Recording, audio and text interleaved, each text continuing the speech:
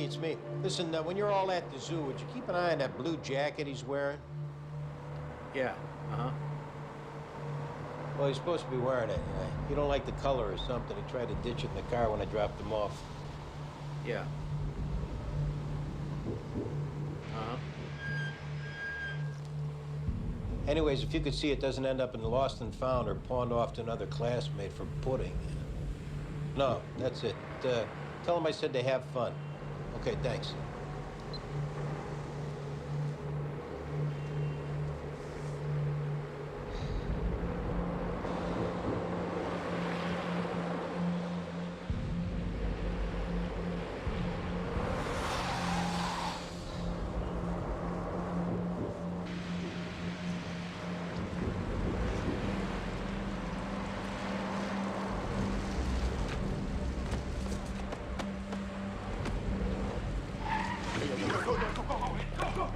Freeze, assholes! Police! You all right? I'm a cop, huh? Okay? No, I put a gun to my head. I mean, they stole my wallet. Get in the car. Yeah, what are we doing?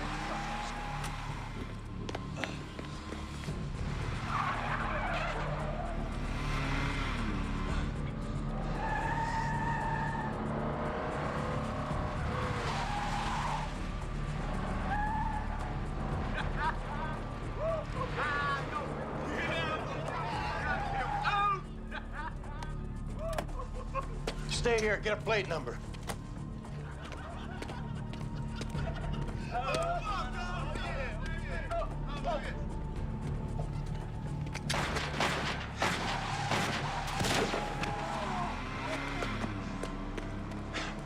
I'm a cop, call 911. Did you get that plate? Son of a bitch. Where the hell did he go? Son of a bitch.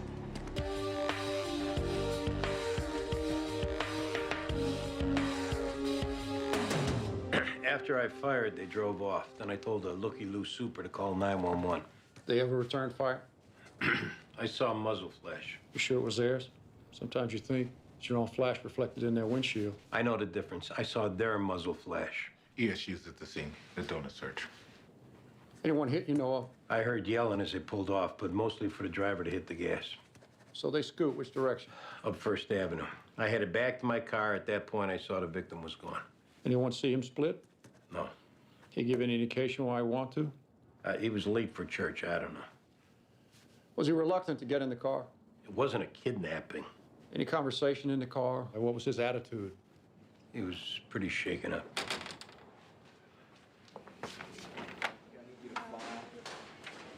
Three black males just walked into the Bellevue ER, all three with gunshot wounds. Gotta be your guys. What's their condition? One of them's grazed, the other two are rocky. We're heading down there. Jones a middle boy? They're responding to a bar robbery from last night. Okay, I'll ride with you. Come down when you finish with duty, Captain. See, can you make an ID?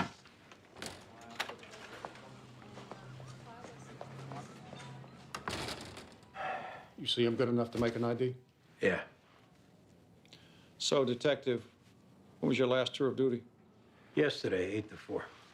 You do any drinking last night?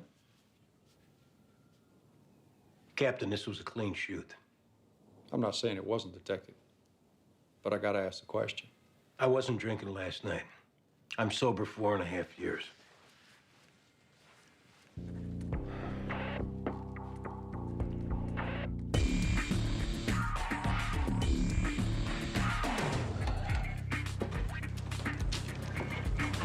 Hey, Gibson. How's Sipple? Is everything all right? He's fine. I'm hearing he hit all 5 perps. There were 3 perps. Now it's a fish story. Yeah, what do we got here? 3 white males come in right after closing. Ski mask, clear the till, clean out the bartender, waitress, and 3 regulars. 2 of the perps take one of the patrons into the woman's bathroom and rape her. She's at Bellevue. Anything to go on? Rape victim said they pulled their mask up in the bathroom, but she wasn't in any kind of shape to get into details. Now, where's everybody else? I interviewed them and let them go. All they got was the car and the first 2 numbers of the plate. Late model, white Chevy. Can I get those names? Give Andy my best. Hey, guys. Hey. What are you doing here? The borough sent me. I guess you guys are short again today? Anyway, I talked to Lieutenant Fancy. He said to meet you here. Okay, we got a stick-up rape. We'll be heading over to Bellevue. How about you interview the rape victim? Sure. So we're done here? Yeah, I tell you what, why don't you check out the ladies' room? That's where the rape took place. Has crime scene processed it? Yeah, but check and see if anything got missed. You got it.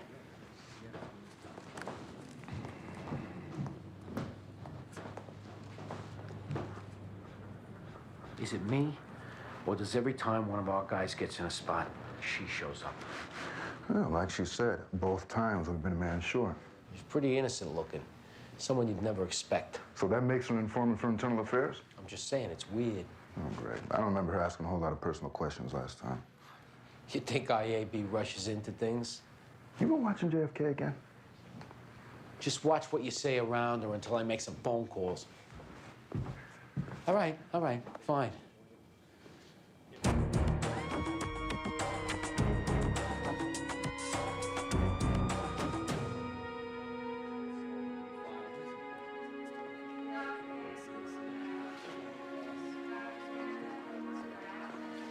Ellen, I'm Detective McDowell. These are Detectives Jones and Metaboy. Can you tell me what happened? My roommate had her new boyfriend over, and she asked if I could,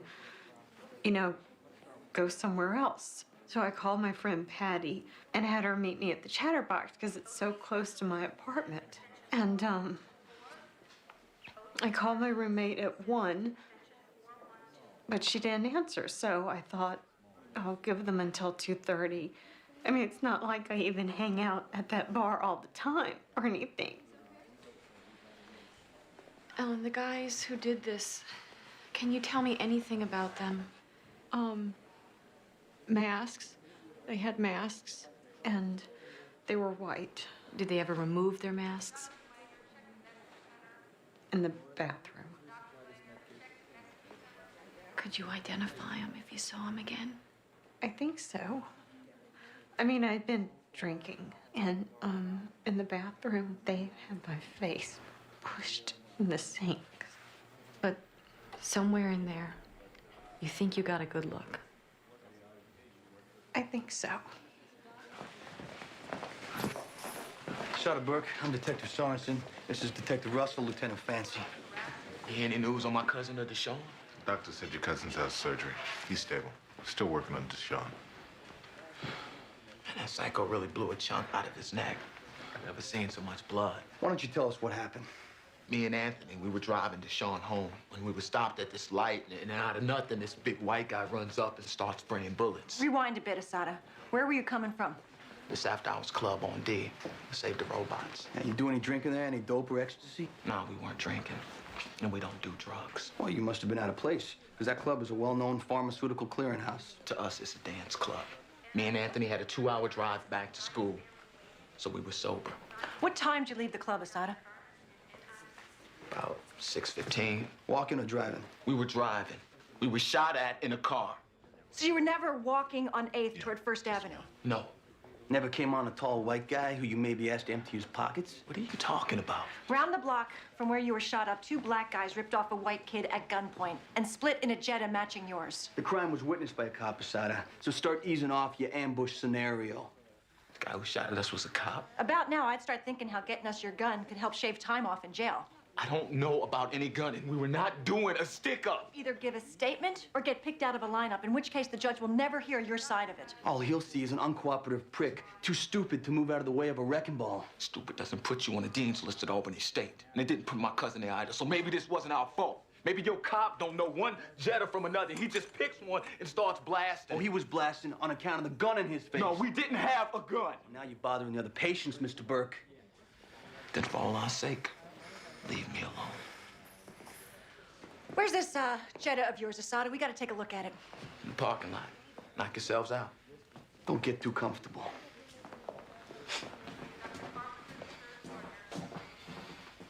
McDowell talked to the rape victim, but up to now, nothing. She didn't get a good look at his face.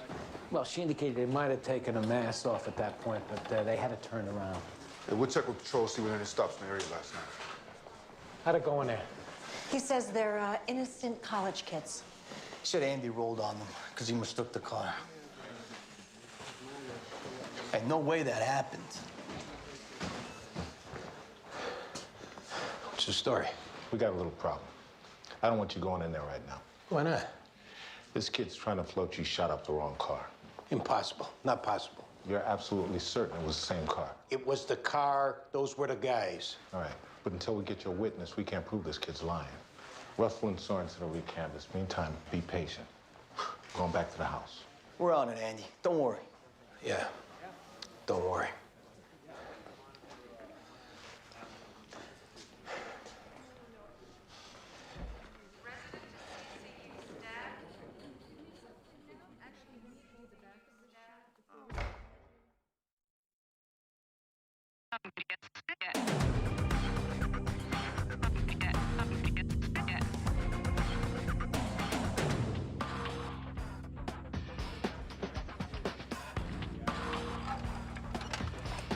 Which one's the driver?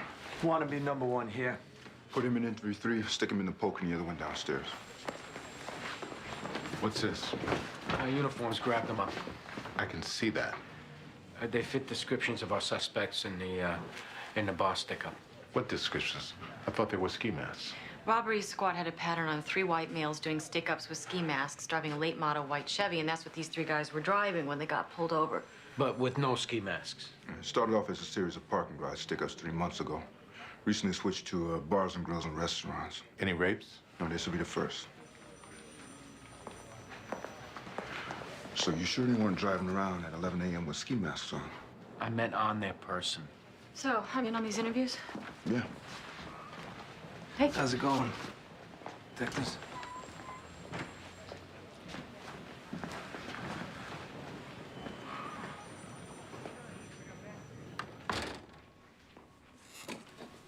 Why'd the cops have to chase you for 8 blocks before you pulled over? It was more like 3 blocks. I couldn't find a place to pull over. In the future, just as a general heads up, don't do crimes with 2 other guys. It opens the circle up too much. That's true. You found that too? Oh, definitely. It's hard enough staying friends with one guy, making sure one guy doesn't run his mouth for whatever reason. But 2 other guys? I've never seen 3 guys hold up. Last night at the Chatterbox. Chatterbox. Isn't that a bar? Yeah.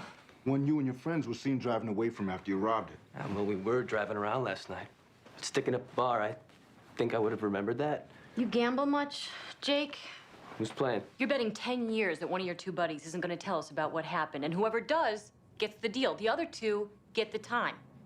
You know, this would really make a whole lot more sense to me if I knew what the hell you were talking about. All right, Jake. We're gonna make you stand in a lineup. You can make me stand on my head and then do nothing.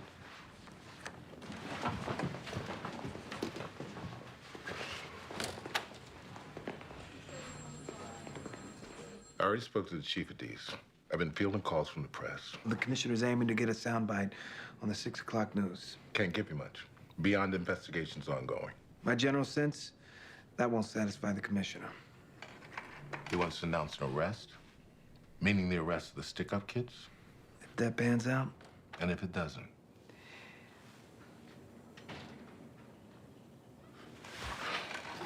An afternoon to clear a cop with 22 years on the job. This is from the ivory tower, Lieutenant, not from me. And I'm not saying anyone's taking a position. Personally, I hope it pans out.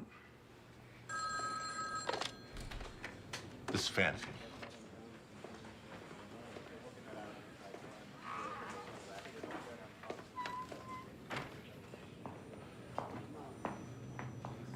Pleasant chat.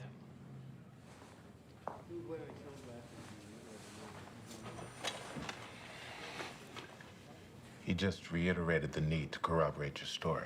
Just came in to reiterate. Nothing about consequences, heat from the brass. Commissioner wants a statement on the 6 o'clock news. That I'm a collar? Martinez was vague. Guess that's going around. Downtown called. They want you to head to Left Rack City. See the shrink. Usually I give you a few days to settle down. Any sense of trying to get in front of something? Maybe get an early collar on a psycho cop likes to spray bullets? Andy, Martin said no one's taken a position thus far. You can tell. Whatever he says, I guarantee no one around here has. And I don't need to tell you to watch what you say to the shrink. Don't want to let my wacky side show. Another reporter, Lieutenant. This one's from the Post. Referring to DCPI and anyone else from now on. Can I receive?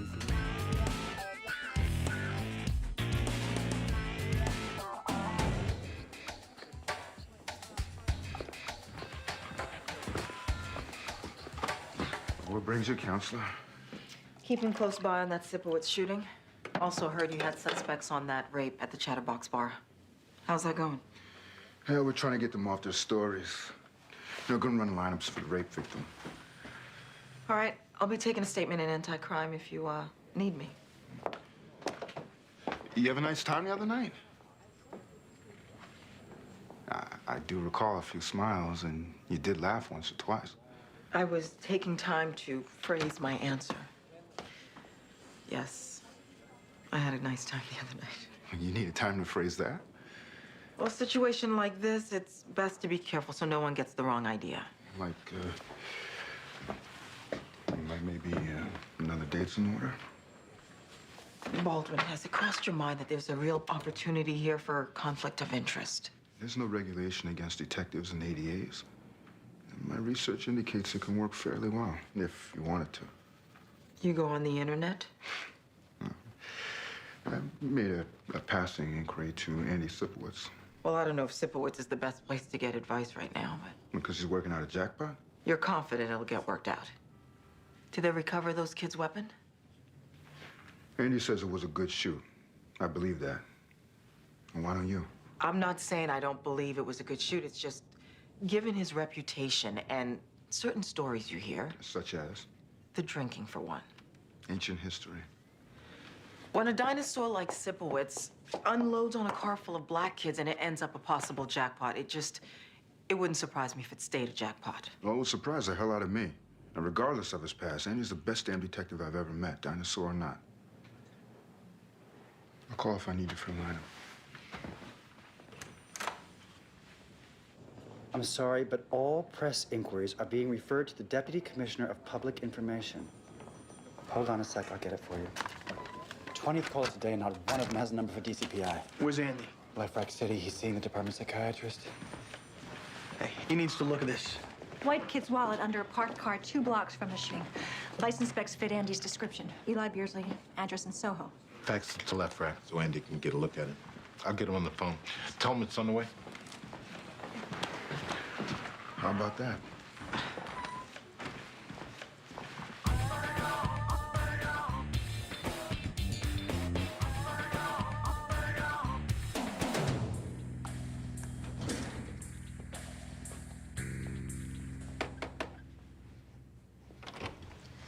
How do you do, Mrs. Beardsley? Oh, Beth, please. The doorman mentioned names when he called up, but I forgot. Diane Russell, Danny Sorensen. And I'm not sure I know what this is regarding. Actually, we were hoping to speak to your son. Why?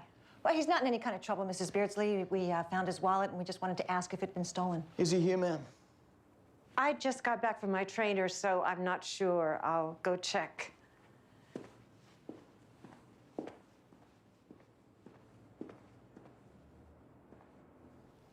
Her attitude indicates the kid's had prior trouble. BCI had him clean, but any rich kid trotting First Avenue at 6:30 isn't helping the needy. Probably 10, 15 grand for this. I ought to pick one up for my bedroom. They would get lost in the dirty laundry. Forgot you had intimate knowledge of the bedroom area I meant. Now I don't know what I meant. Eli, these are the detectives, Russell and Sorensen. Yeah. Yeah, she said you guys found my wallet. Yeah, someone dumped it under a parked car near First Avenue. You know, Eli, if it's all the same to you, we'd prefer having this conversation down at the station house. Why? I don't understand. He can look at our mug books down there, see if he recognizes who stole his wallet. Oh, well, I mean, there's nobody to recognize. I lost it 2 days ago. It wasn't stolen maybe this morning? No, it's been a couple of days. It fell out of my pocket on the subway. If you got it on you, though, I could use the ID tonight. It's at the station house. Any chance you were downtown near 9th and 1st Ave around 6:30 this morning? No, he said he lost it 2 days ago. Forget it, Mom. I wasn't there. I was here sleeping. Eli, if you want to come by the station house later, we'll be there and we'll be happy to return your wallet. Or else take a passport ID. You guys can just drop it in the mail. You sure you don't want to come down? Yeah. Is that it? All right. Thanks for your time.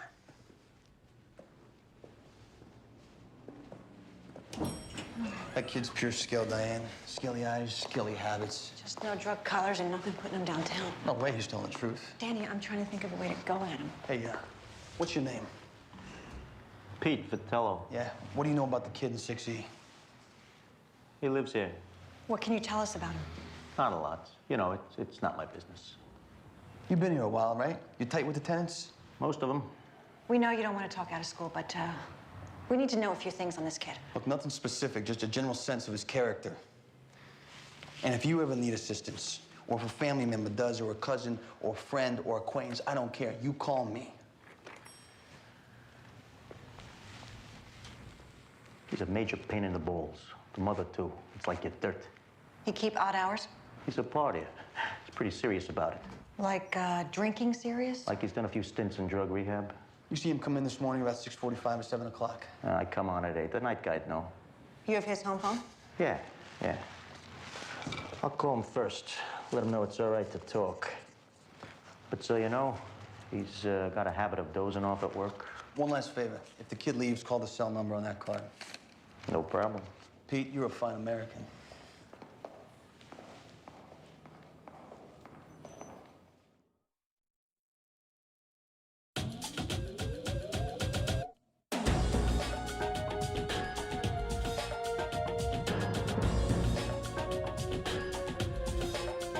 Detective, how does it make you feel that the shooting is presently questionable?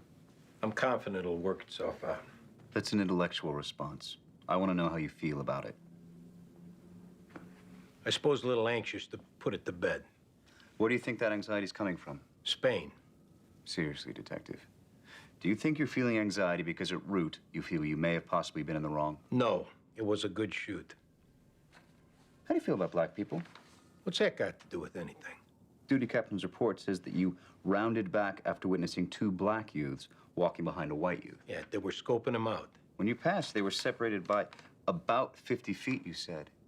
From that distance, how could you possibly know what they were doing? I got enough years on the job to read body language.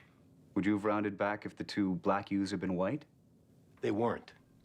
Certain folks in this field would say that that kind of answer, or lack thereof, is essentially a guilty admission. So by not saying anything, what I'm really saying is I only went back because those kids were black. Now, take it a step further and ask yourself, did I only shoot because they were black? I shot because they had a gun on me. Which hasn't been found. What is this, huh? What are you trying to get me to admit? Just the truth. Did I roll around the block again because these kids were black? Maybe. But I might have done the same thing if they were white. I don't know, because they weren't. What I do know for damn sure is I shot at that car because there was a gun pointing at me. That's it. No colors, no black, no white, just the gun. If you rolled on them because of a prejudice, Detective, you can't just divorce yourself from that when it comes to the shooting. You know what, Doc? I've had about enough of this crap. I'm leaving. Detective Sipowicz, we have 42 minutes left. Yeah, well, stick them in your ass. This will be reflected in my report, Detective. Stick your report in your ass, too.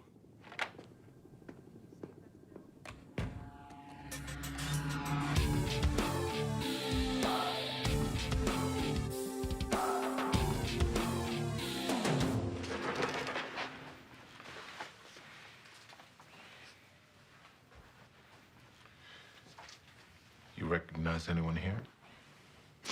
This is the last lineup? Don't worry about that. Just tell us if you recognize anyone.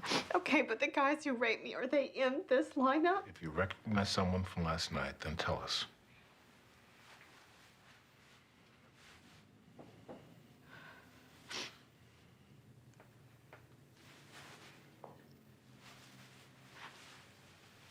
Number 4. Relax in there a minute, guys. Number 4 is one of the guys who raped me. Come on, let's go talk outside. Wait, he's one of them, right? Number 4? No. Can I just see that first lineup again? It's okay if you don't recognize anyone. I've been drinking. They had my face shoved in the sink. I couldn't see. I know. Okay, so what is going to happen now? They're just going to get free? Come on.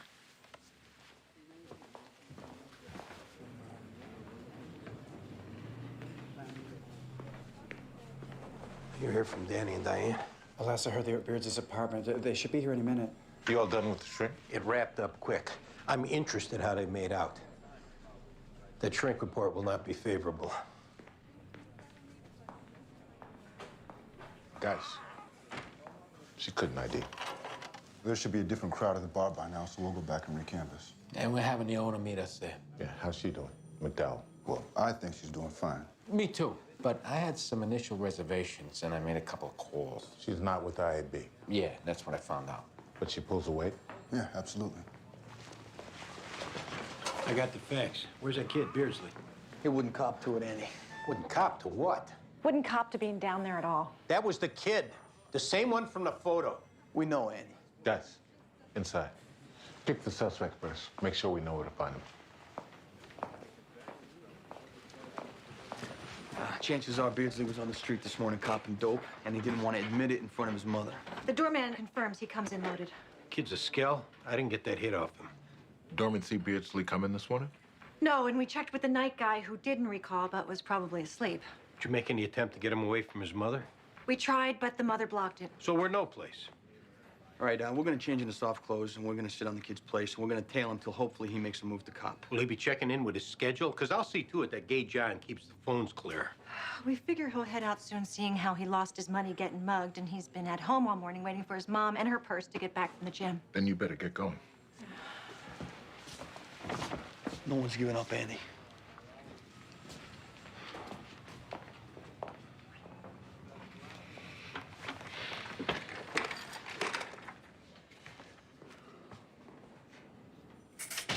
Do you have faith I did the right thing this morning? I believe your story, if that's what you're asking. Because I don't care what else happens here as long as you know that I did the right thing out there. If you're asking, do I think it's possible you shot at a car full of kids just because they're black? I don't. That means a lot. I have respect for you. I have respect for you, too.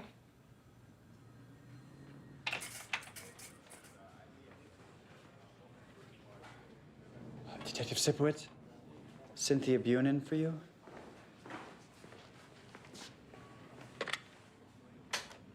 Hey, Cynthia, how's it going? Huh, why wouldn't I be okay?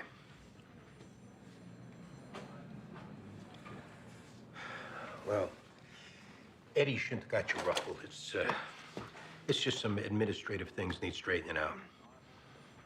Now, shootouts always get you tense, but I'm all right. There's nothing to worry about. Hey, listen, my lieutenant's calling me. I better call you back later, all right? Yeah. Okay, bye.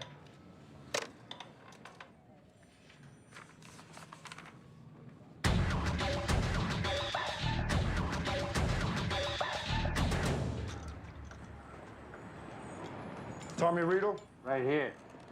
Detective Jones, Metaboy McDowell. I've asked around people who were here last night, people in the neighborhood. 3 white kids with ski masks. That's it. What did you see? The gun in my face, then the floor. Excuse me, sir. Could you move for us, please? I'd prefer not to. Well, I'd prefer that you did. So do me a favor and work on your afternoon heater at one of the tables over there. This is my stool. I drink my drinks right here. Branch out a little. Go ahead, Ernie. Next round's on me. I should hope so. There you go. Oh, jeez. You should leave now, Ernie. Club soda?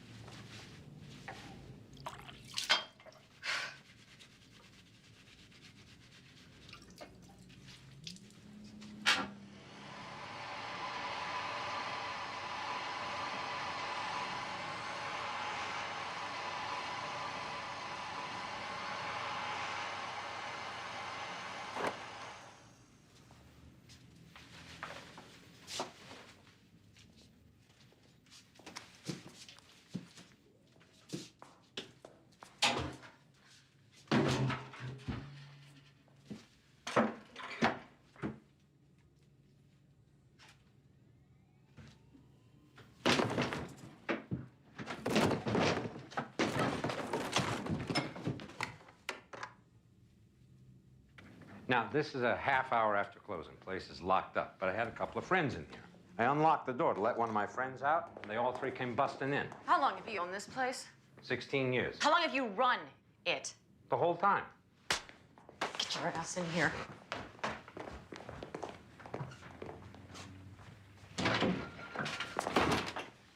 Now, I'm gonna tell you this one time. Don't play dumb with me. Your problems will be compounded. Because that's a felony. And a felon and his liquor license is soon parted. Problems with employees, stealing money. I checked the tape just for security. Yeah? With your pants around your ankles? That's not true. Where's the VCR? In my cabinet, in my office. You record last night's rape? I'm not sure. When we check the VCR, the tape that's in there will have the rape on it? I'm not sure. If there's a fresh tape in the VCR, Tommy, which would indicate that you pulled the one from last night showing the rape, you better tell me now. There's a new tape in the VCR. Where's the tape from last night with the rape on it? At my apartment. Get him out of here before I do something wrong.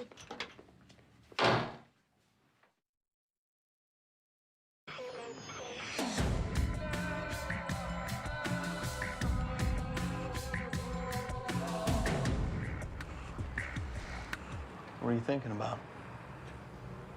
How cornered I'd feel if I was in Andy's shoes. I was a basket case looking at getting thrown off the job, but this, I'm facing real charges, maybe a night in jail, I'd be huddled in a corner. I don't mean to bring up something if it's a dead topic, but we had a bit of an uncomfortable moment in this apartment earlier. The, intimate knowledge of your apartment. It was completely unintentional. I guess, given our history, there are certain minefields we may step into time to time. Yeah, on the way to a comfortable status quo. A rocky step occasionally, and then, smooth sailing. But no offense taken? Of course not. Good, because I felt like a complete idiot. So did I. There's our boy. Sorensen. Great, Pete, thanks. That was Pete the doorman with a heads up on Beardsley. Lesson being, don't treat your doorman like dirt. Yeah, I'll remember that when I have one.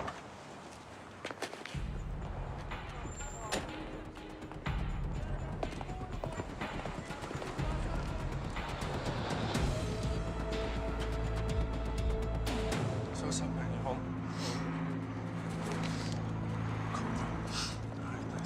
Hold it up, Eli. Hey, you looking to take a drive, too? No, ma'am.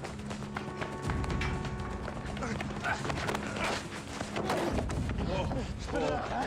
Spit it out! Spit it out or I'll whack you unconscious. Now pull it out! What's wrong? I me so much, man. It's the world's fault you're a dope fiend.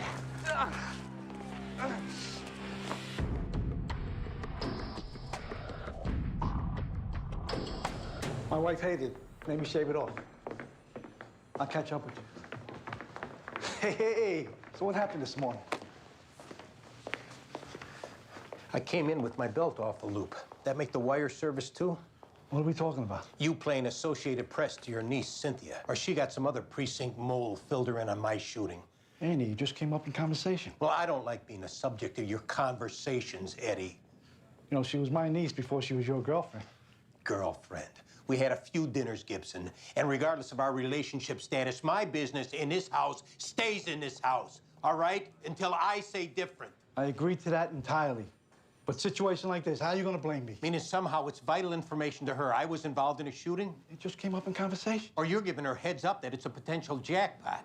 You know, I got nothing but confidence this will work out. Just you'll be jumping off the ship about now and inviting all family to join suit. Andy, I have nothing but the best intentions.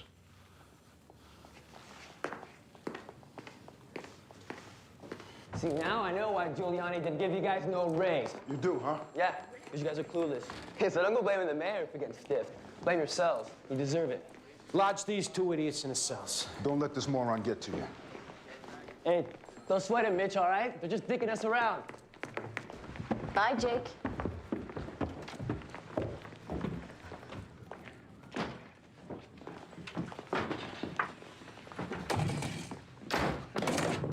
So what was after the three you heisted the chatterbox. Jake watched the front door while you and Terry took that woman into the bathroom and raped her. Just because you keep saying that doesn't mean I'll believe it. You ever seen what it looks like? A girl getting raped? No. Maybe you should. Maybe you should see what you look like raping a woman. You'll be pushing up your ski mask here in a second, Mitch. So will Terry. Look at what you did last night. Look. Look at it. Look at what you did to her. I'll drive your head through the tube. We were high. We were too high. Unless you want a jury in a courtroom with your friends and family to see that, you better tell us what happened. Okay, just turn it off. Come on, just turn it off. All right, look, first things first. I can have my lawyer here in like 2 minutes. And he's tough. They call him the Barracuda. Yeah? Should we call your mother and have her arrange it? Which brings us to our second thing. I won't call the Barracuda if there's any way that we can make sure that she stays ignorant to what happened this morning. You go first, Eli. No, I need a written guarantee that this won't get back to her. Oh, you're not getting the situation, Eli. Your balls all shriveled from junk use. They're ours for the breaking. But if you make full disclosure on what happened on the street this morning, maybe the dope goes away. Then exactly what time am I gonna get out of here? Because you missed your wake-up shot, and then with us coming along this afternoon, you're getting a little itchy? This morning, were you on 9th and 1st? Yes. Doing what? Scoring. I was on my way home. Two black guys jumped me, they put a gun to my head, and they grabbed my wallet. And you're dope. A plainclothes cop, he pulled up, and he stopped him. Might have saved your life. Yeah, well, he couldn't save the dope. Keep going before you get a smack. Told me to get in his car, and we chased him until we saw him stopped at a light. And you know this is the same car. Why? I recognized the guy in the back seat. He had the gun. You saw the gun? Yeah, I mean, it was kind of hard to miss. It was like nickel-plated, really ghetto fabulous. At what point did you duck out? When he pulled out the gun, the cop unloaded. I was like, later. All right, I need you to write everything down you just said. You could have said that before, maybe saved us a little time. I hate to break it to you, Eli, but you've got a few more chores to do. Viewing a lineup, so forth. It's going to take some time. Exactly how much time? Till you're sweating like you made the cops sweat today. Right.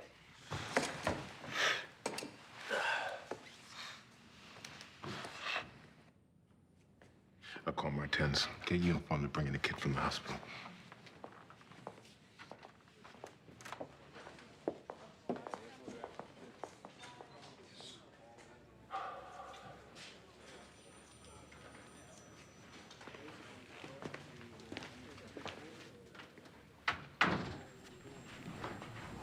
Telephone, Lieutenant. What? Andy?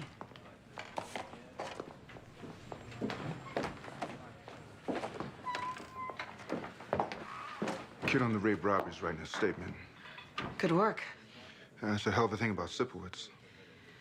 I guess next time with a situation like this, I should give it time to shake out. You could lighten up a bit, too. Maybe that, too. Got dinner plans? You asking me out? Let me get back to you. At your leisure, Detective. Hey. Michelle is 8 o'clock. I'll see you there. Connie, you got a minute?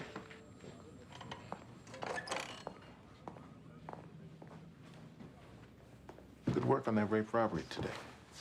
Thanks. You get along all right overall? Fine. So, career-wise, you partial to floating from squad to squad? Or would you prefer settling down? It would have to be in the right squad.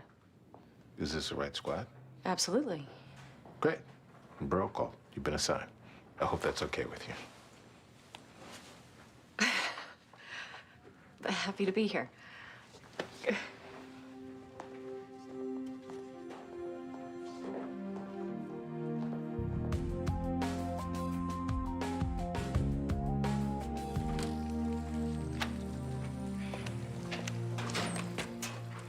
That Burt kid wrapped up? Yeah. I'm a cousin at the hospital. Diane called and said he flipped. Apparently, the two college kids, they like to reconnect with their street pal in between midterms. So they do stick-ups to prove they still got street chops. How's his condition? The one that was in surgery. Oh, stable. Glad of that. Danny. I can't express enough gratitude. It's all in a day's work. Don't be an idiot now. Seriously, though, you've gotten me out of a lot of scrapes and one very serious jackpot. I'm happy that I could pay back even part of that. You did good work today. You're a good cop. Means a lot.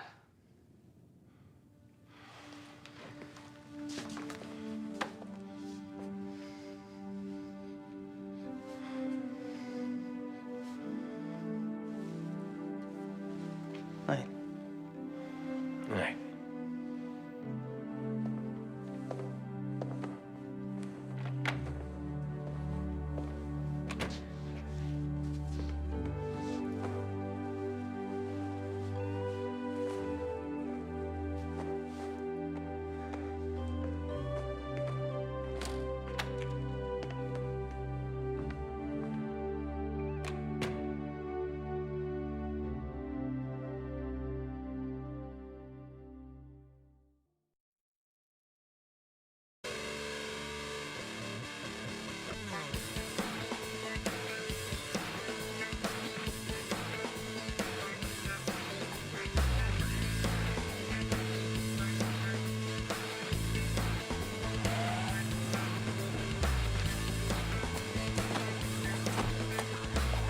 Got a call off a foul smell coming from the trunk. We had the ESU pop it open.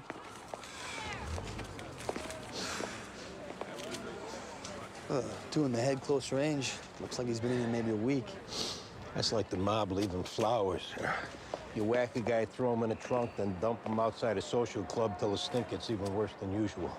I take it we got witnesses crawling out the woodwork, this being headquarters for the Scarpelli crime family. You. Me? No, Jimmy Hoff over there. Come on. How come you're breaking my balls? I didn't do nothing. You ever seen this guy before? What guy? Let's try that again, asshole. Ah, come on! You recognize him now? Let me up. I'm gonna puke. Just keep it off me. It looks like Eddie. Eddie Testa. And who's Eddie Testa? It's just some guy.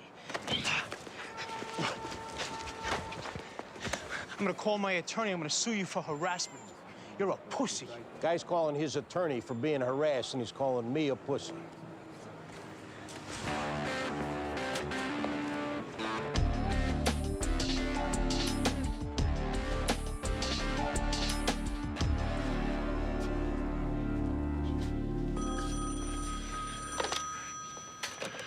Squad, Lieutenant Fancy. This is me. Yeah, right. Yeah, thanks. Thanks a lot.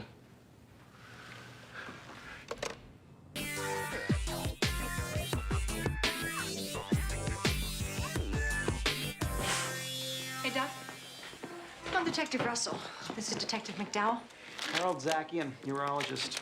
Well, deep artery's completely severed. Otherwise, he's stable. Just out of curiosity, how much of the thing did you lose? I'd say about half. Any news on the missing part? The quicker we find it, better chance of making this guy whole again. Keep your fingers crossed.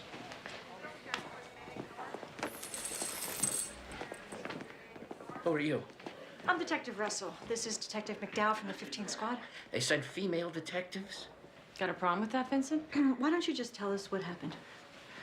I met him in the subway when I got off the D train. He's one of those street types who hangs out on the platform. I mean, a hustler. You get his name? No. What'd this guy look like? Black. About 5'4", kinky hair. He winked at me. So, after he let you know he was available, He took me up to the men's room. do you remember which one? Not really. Far into the station, I think. You know the rest. You tell us. Might help us find the guy. Well, we're in the stall, and he's doing what he does, and suddenly I feel a sharp pain. And I see he's holding a knife. And now there's blood everywhere, and half my thing is gone. Any idea why he'd do that to you? Absolutely none. What happened to the part he cut off? Uniform officers didn't find it. I looked around the floor, I didn't see it. Maybe he took it with him. Okay, we're gonna try to find who did this. Maybe he can tell us where it is. Fine.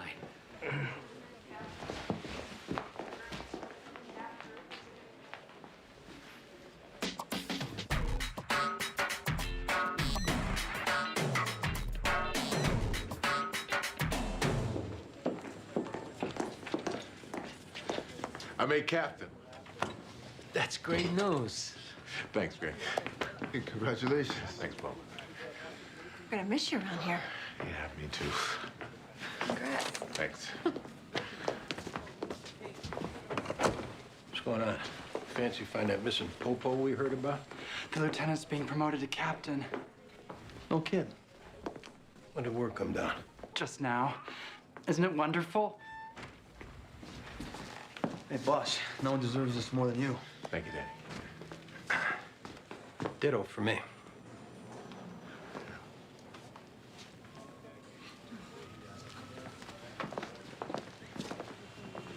When you getting made? Next Tuesday. Whoa, that's quick. Anyways, at that social club, DOA in the trunk, we figured some rival family dumped the car outside. So whoever did it was sending the message. One of them wise guys stopped scratching his balls long enough, give us tentative ID of the victim, Eddie Testa. We'll check in with OCCB and have Auto Squad do a lawman search on the car. Good.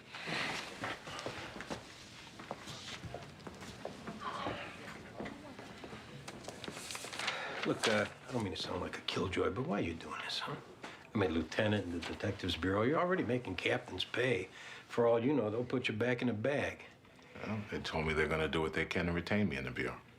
Well, when you're out in far Rockaway working some serial purse snatcher, don't say nobody warned you. Thanks for your concern, Andy.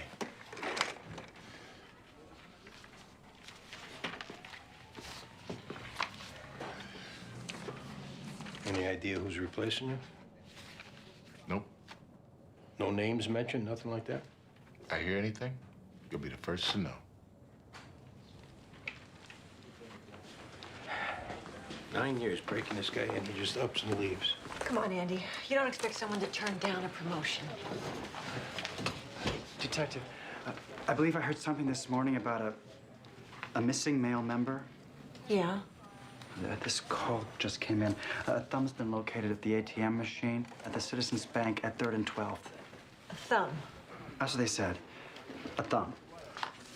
It's a couple blocks from the subway station. Come on, what kind of jerk is gonna confuse something the size of a thumb with what you're looking for?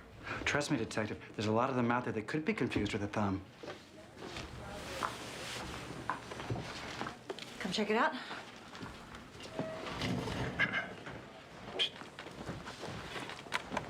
Fancy knows who's replacing him. Who? He says that he don't. So you think he's holding out on us? I know he's holding out on us. What I don't know is why.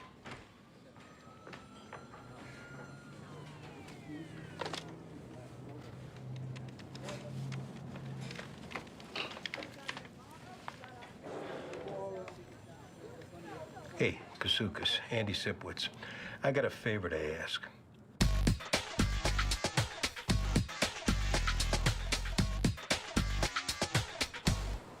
So where is it? Right there on the ATM. I called EMS. Tell you one thing, that ain't no thumb. If it is, it's missing a nail. And that's half. No wonder my wife threw me out. Lady over there is the one who found it. Name's Allison Hopkins. Have EMS get that to Bellevue. There's a guy there looking forward to a family reunion. I'm Detective Russell. This is Detective McDowell. Could you tell us what happened? I was short on cash, so I went to use the ATM. As I stuck in my card, I noticed this thumb lying there next to the deposit slips. I found a security guard, and I guess he called the police. You didn't see who left it there? No. Whoever it was must be crazy. Cut off someone's thumb, leave it lying there like that? It isn't actually a thumb. No. Then what is it? A penis. Actually, half a penis. That's sick and disgusting, even for New York.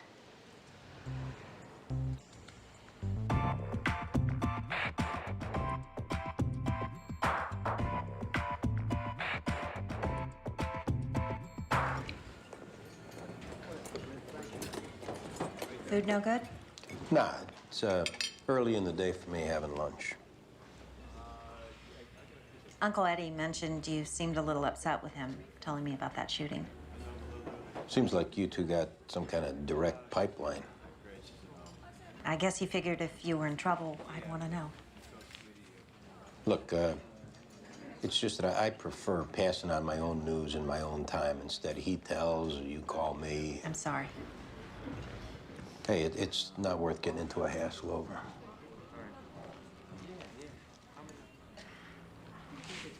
I don't want you to think I'm trying to put pressure on you, Andy. It's just, you're the first man I've met in a long time that I care about. I care about you too, Cynthia. I hear a but in there. Thing is, I don't know if I can give you what you're looking for. Is that the question, or is it that you don't know if I can give you what you're looking for? Yeah. I don't know. Maybe.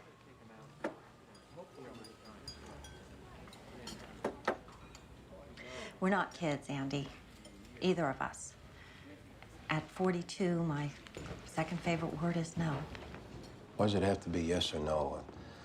What about, I got a high-stress job and a 5-year-old kid to raise, and let's just see how it goes. Okay, let's do that. See how it goes.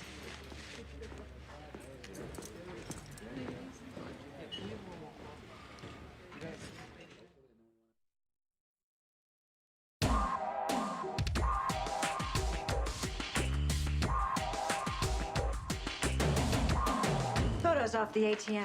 Match the description the victim gave us. You got an idea where to look for this guy? Transit cops said there's homeless guys that give Hummers in the men's rooms. Some of them sleep in these old deserted subway tunnels. Yeah, thanks for getting back to me. Dalto. Susan Dalto. Spell that. D-A-L-T-O. Okay, thanks. This woman, Lieutenant Dalto, that's who's replacing Fancy. She's coming over from the rat squad. Oh, geez. This is a disaster. Well, in the meantime, the blisters come back. The slugs were fired out of a .22 pistol. Weapon of choice. Yeah, the DOA, he was a low-level button man for Scarpelli. OCCB heard that maybe he was banging some broad he shouldn't have. Thinking with his dick, step up for most of these guys. Yeah, lawman search may be the jackpot. That car Tester got dumped in was stolen last week. There's a shock. Yeah, but 4 days ago, there was a traffic summons issued in Brooklyn off the automatic camera. Driver ran a light. This is the driver? Yeah, I got that from Auto Crimes. I know this guy. Seen him lots of times. Who is he? I don't know. Some guy you collared? No, not like that. It's some guy that you see around. Baldwin. Yeah. You know this guy? No. You know this guy, Greg? Sure. Yeah, that's the guy that runs Karamazov's Pizza over on Mulberry Street. How come? Thanks. We'll let you know what we find. Lawman search kicks out a photo off a traffic summons. Andy and Greg recognize the guy owns a local pizza joint. So, check with OCCB, then go grab him up. Yeah, that's what we were thinking. Something else?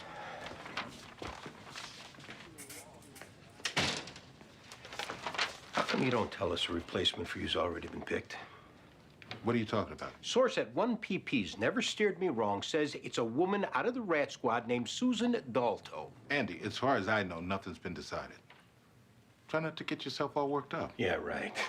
Look, if it makes you feel any better, I'll put a call into personnel myself.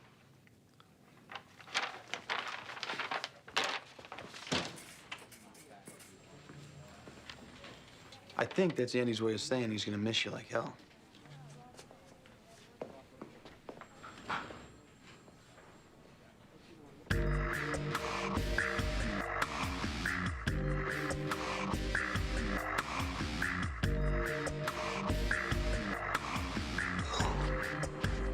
No surprise, I guess, OCCB shows that this guy's got ties to the Marino family. Yeah, them guys in the Marino family. It was one of them almost killed me 8 years ago. Yeah, I remember hearing something about it. Took 5 slugs. Put me in a coma. Took a couple right in my ass. Couldn't sit down for months without one of them pillows. Ouch. Well, I'm glad you made it. It was after coming through that I quit drinking.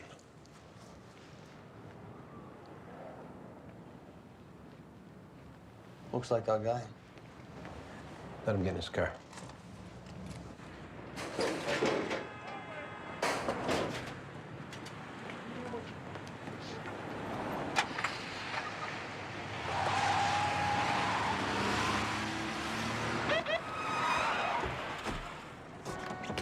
Get out of the car! Right. Get out! Get out of the car. Hands up. Put your hands up. You packing, Charlie? What's this? You need to stir your tomato sauce? Oh, I'm sure he's got a permit for that, ain't he? Let's have uniform respond and have a car brought in. Hey, Vinny, call my lawyer.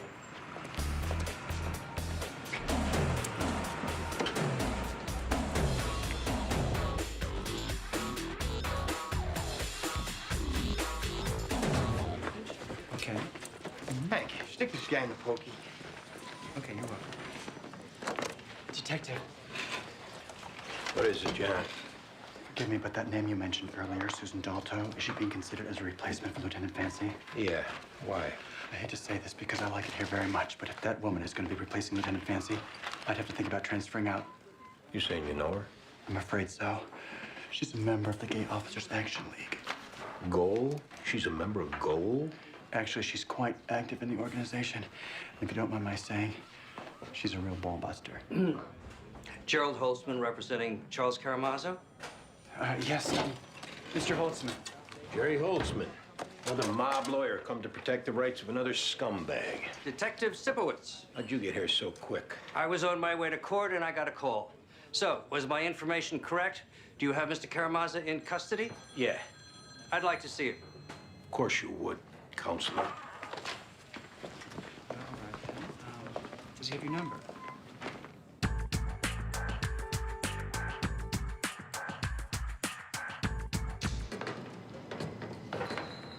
So far, the only thing we've seen are rats.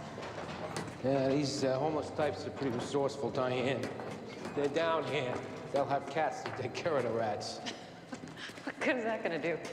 Some of these rats are bigger than cats. Hey, you, come here. You recognize this guy? Please, don't move. Don't shoot. We ain't done nothing. What's your name? Terry Lawrence. How long you lived down here, Terry? Me? Must be about 2 years now. How do you stand it? Compared to what? Being on the street combing garbage cans? Getting your ass whipped by some Fruit Loop in some shelter? You recognize this guy? Sure, that's Shorty Boone. That's his name, Shorty Boone? Uh-huh. Crazy little dude, hustles tricks. You know where we can find him? You done something? What, he was lawyer? Answer the question. Shorty was here last night. He left a couple hours ago to go do his thing. And you haven't seen him since? You want to keep your spot down here, tell us what you know. Might find him on the Uptown Lexington Avenue line of 14th Street in the men's room. One of his favorite spots.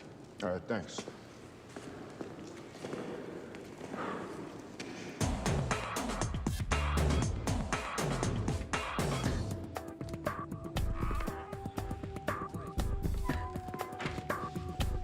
How long's that shyster weasel Holtzman been in there? Going on an hour. Greaseball client of his must be having trouble getting his lies straight. Let this Karamazov lie all he wants. We got his picture in the car, the weapon matched up to ballistics. Detectives, as a prerequisite to further discussion, my client would like to have present representatives of both the District Attorney and U.S. Attorney's Office. For what? So we can make some half-ass deal? Mr. Karamazov is prepared, under the right circumstance, to provide considerable information on several dozen unsolved homicides. But until the DA and U.S. Attorney are present, he shall remain mute. Your client's conscience is bothering him. He can unburden himself when they're strapping him down to give him the needle. I'm offering you an opportunity, detectives. We can do this here, and you can clear cases. Or you can have my client arraigned, and I will have him out of your hands making the calls myself. It's up to you. We make those calls, he better have something.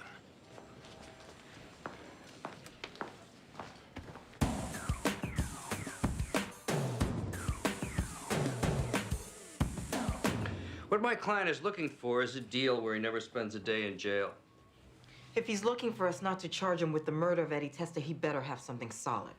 In 30 years, as a made member of the Marino crime family, Mr. Karamazov has committed 27 murders. In addition, he has knowledge on dozens committed by others, some right here in this precinct. Full written disclosure and trial testimony. On all homicides. Ms. Haywood? Let's see what he's got to say. I'm assuming this means we've got a deal? So in other words, for this guy killing 27 people, he figures his punishment should be a new condo with a lap pool in Phoenix next door to Sammy the Bull. Or perhaps he'd settle for a jacuzzi.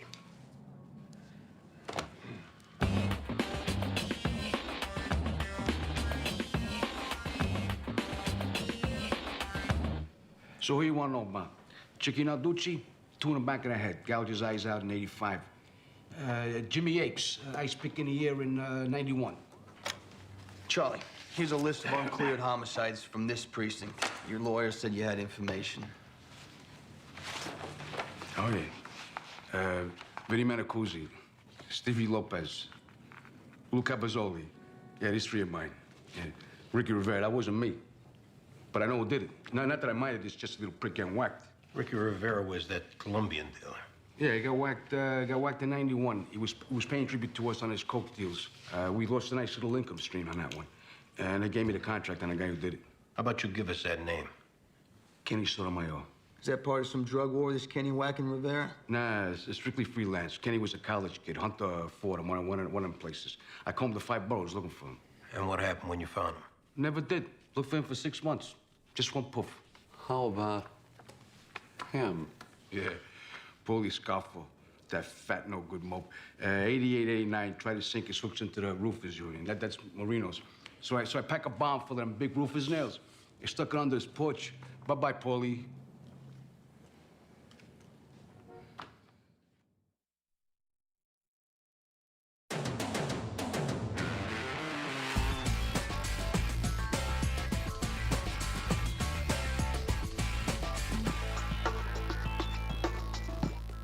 Really think the stench of piss was gonna be any less in here than where we just came from? Oh, please, pull him up and zip him up. Oh, my God. Put your hands up. Oh, my God. Okay, now open the door. Come out nice and slow. Both of you. Man, I can explain, man. Yeah. Shorty's gonna explain what he was doing standing with his feet in the bag while this guy was sitting down on a can. What's your name? Oh, is this really necessary? Yes. William Kaufman. Where do you work, William? On Wall Street. For who on Wall Street? Parsons and Company. Yeah? What brings you uptown? Shorty, one of your experts in emerging markets? I'm sure you're aware soliciting sex is a crime. Officers, please, I have a wife. I have 2 daughters. Are we ever going to find you here again? No, absolutely not. Take your bag and get out of here. You have no idea how lucky you are. I don't get it. Oxman, this guy, this Shorty's a real skate. Must be part of the charm. Can a brother make a buck?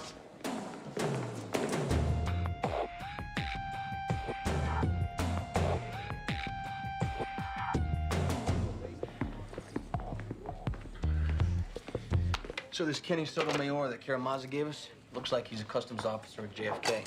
Customs officer. I'm calling local colleges, find the Kenny Sotomayor dropped out of Fordham in '91. They give me a social security number. BCI runs it through the federal database. Up comes Kenneth Sotomayor, who went in the Army for 4 years, joined customs in '95. A lot of guys join up to stay out of jail. This guy joins the Army to stay alive. We're going overseas explains why Karamazov never found him. Josh, stick this guy in interview 3. We'll be right in. Right. Got any toothpaste? Yeah, in my locker. Yeah, make sure he uses the whole tube of it before we talk to him. Remember that dealer, Ricky Rivera, got whacked in his car? 91. This Karamazov gives us a name, Kenny Sotomayor. Ran him through the feds. He's working U.S. Customs at JFK. Maybe that's a cover for him dealing. Saying there's feds could be involved in drug dealing? We'll put in a call to his supervisor. Listen, I just spoke with personnel. Looks like you were right. New squad commander's Lieutenant Susan Dalto from IAB. We're really getting someone from the rat squad? And that's how it looks. Well, thanks for the heads up. Yeah, thanks.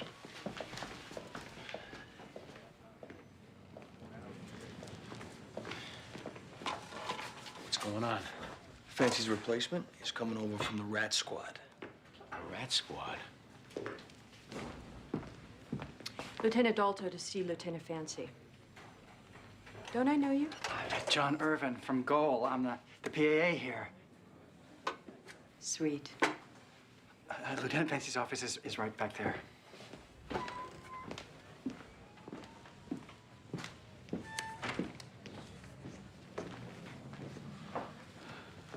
Who's that? That's Lieutenant Dalto from the rat squad. She's replacing Fancy. Oh, boy. I knew I should have ditched the hippo before she came. And that's coming from the same tribe. John here says he's considering a transfer. You know Lieutenant Dalto, John? Behind her back at Goal, some refer to her as the winemaker. What does that mean? Something about crushing grapes. Only I think it's a metaphor, if you take my meaning.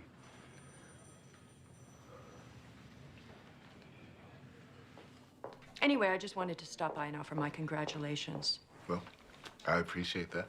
While I was here, I was thinking maybe I could look at some files, personnel folders, like that. Well, I don't see why not. I know I don't get started till next week. I just wanted to get a jump on things. I've been looking forward to a command assignment for some time. I can't wait to dive in and get my hands dirty. Well, we'll set you up right in here. 10 cards. Personnel files. What you saw up there in that bathroom? I can explain it. Oh, we're sure you can. That was his idea. Man in the suit. He come on to me. And the shopping bag one guy stands in so cops only see one pair of feet, that his idea too? See, Shorty, the shopping bag. That's something a pro would do. We know that bathroom's one of the spots you bring your tricks. Oh, so you gotta bust down the door just to catch a guy making a buck. If he was paying you, how come it was you in the bag and him down there doing you? That's how he wanted it. You have any other tricks this morning before Mr. Rockefeller? That was my first. See, that's a lie, Shorty. No. See, first, I picked up some cans. Had me a donut. Next thing, y'all broke in on me in that stall. You didn't stop by the bank on 3rd Avenue. What? Give me a loan? Why would I go in the bank? Maybe it's warm. You picked there to leave a little deposit. It's not me. Maybe you got a problem with short-term memory, because that's you. Dropping off what's left of a guy's penis you hacked off this morning. Don't make us bring that poor guy here from Bellevue to make an ID. Because either way, you're going down for this. No pun intended. You want this to be you're just some psycho, Shorty? You brought him up there to cut off his Jimmy, and that's intent. I don't believe you brought him there to do that. Something must have happened.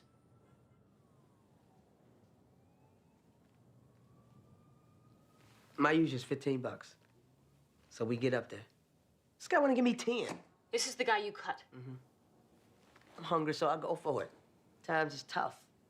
So he gives me the 10, gets in the bag. I start doing my thing. Now he's giving me instructions, telling me how he wants it.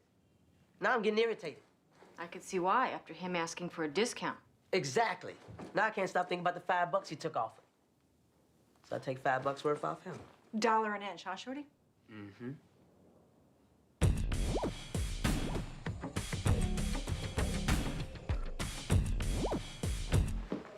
Doc, how'd it go with Vincent? All sewn back together again? He turned it down. Say that again? Vincent refused the reattachment. Brought in a psych consult, but he's adamant.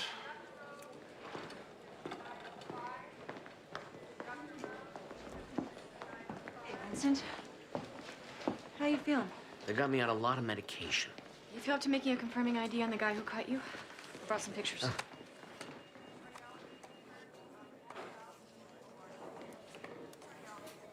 That's him. You're sure? Something like this happens, you don't forget the face of who did it. Did you find that bastard? We found him in a subway men's room hustling someone else. Oh, God. Did he cut that man's thing off, too? Vincent, I know it's not any of our business, but the doctor said you turned down the opportunity for them to sew you back up. Because you were afraid of the pain? No. Couldn't hurt any worse than it already did. Didn't they say you'd be better off with it reattached?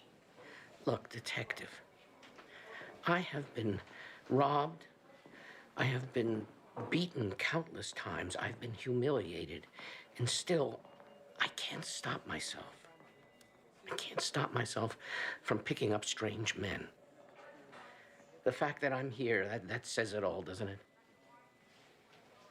Vincent, are you sure about this? I know it seems extreme, but this is how I want it.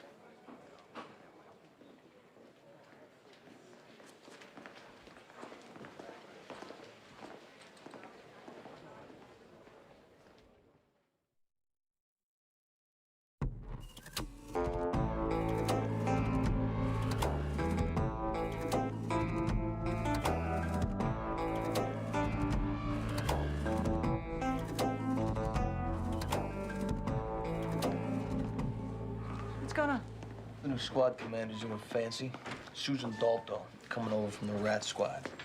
Ouch. Yeah, her and Fancy, they've been locked in there like an hour.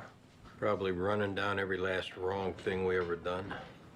Maybe she's, got questions on procedure coming over from IAB to a detective squad. Yeah, well, Fancy spent more time talking to her than he did all of us the whole time he was here. Excuse me. Bradley Odom, Supervisor, U.S. Customs. Yeah, I'm Andy Sipowicz. My partner, Danny Sorensen. Thanks for coming over so quick. Sure.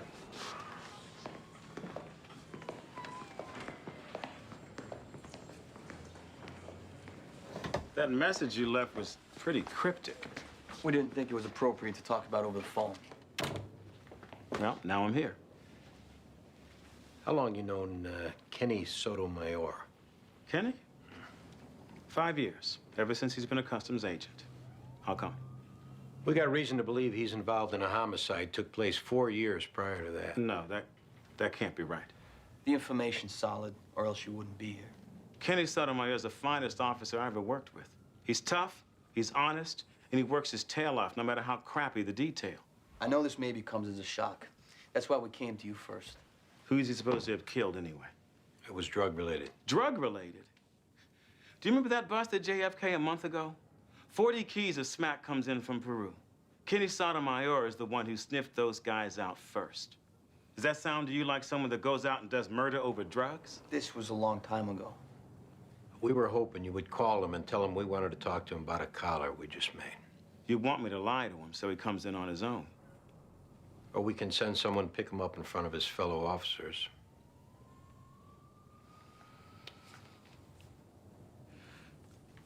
Understand something here. Kenny's like a son to me. That's how strong I feel about him. I know he didn't do this.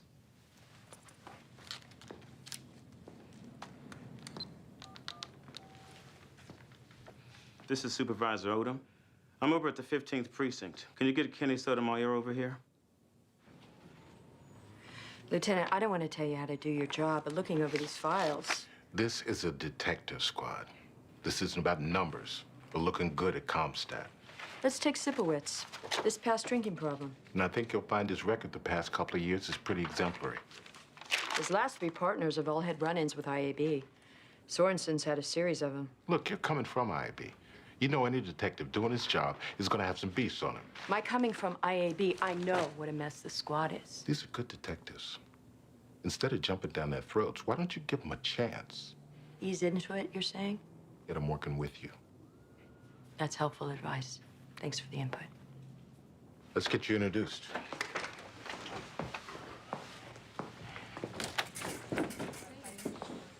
This is Lieutenant Dalto. She's taking over as squad commander. I'd like to have a few words. I'm Susan Dalto. I've been on the job 18 years. This is my first assignment in the Detective Bureau, but I have taken the criminal investigators course, so I think I've got a pretty good handle on the basics of running a detective squad. You're Detective Medavoy? Call me Greg. My partner, Baldwin Jones. Right. As far as moving teams around, matching up strengths with weaknesses, let's just relax a couple weeks till I get to know you. Connie McDowell, Diane Russell, Andy Sipowicz, Danny Sorensen. No offense to Lieutenant Fancy, but I like to do things by the numbers. I believe in following rules. Like filing DD-5s within 3 business days of catching a case, and making all your requests for time off 5 days in advance. No calling in that morning saying that you don't feel like working that day. And personal discipline. That means a shave for you gentlemen and proper footwear for the females. You never know when you might have to act like a police officer. But we've got time for all this. As far as I'm concerned, we start out fresh. You do a good job for me, and I'll treat you with respect. Anyone disrespects me, you'll be looking for another assignment. Simple as that. Anyone got any questions? When do you start? It's effective next week. Lieutenant Fancy will be here to ease the transition. Just wanted to say I'm looking forward to working with you, Detective. It's obvious from your folder you can be a damn good cop when you feel like it. That's supposed to be a compliment. Just call it an observation.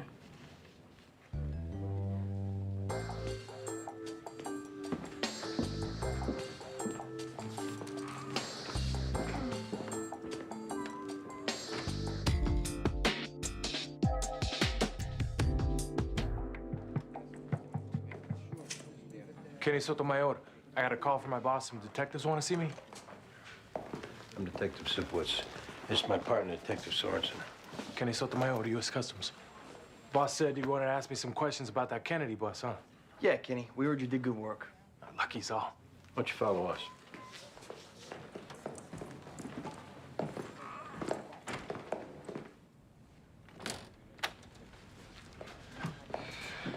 Hey, Cap. This is Lieutenant Fancy. He said it's okay for me to be here as long as it's okay with you. Why wouldn't it be okay with me?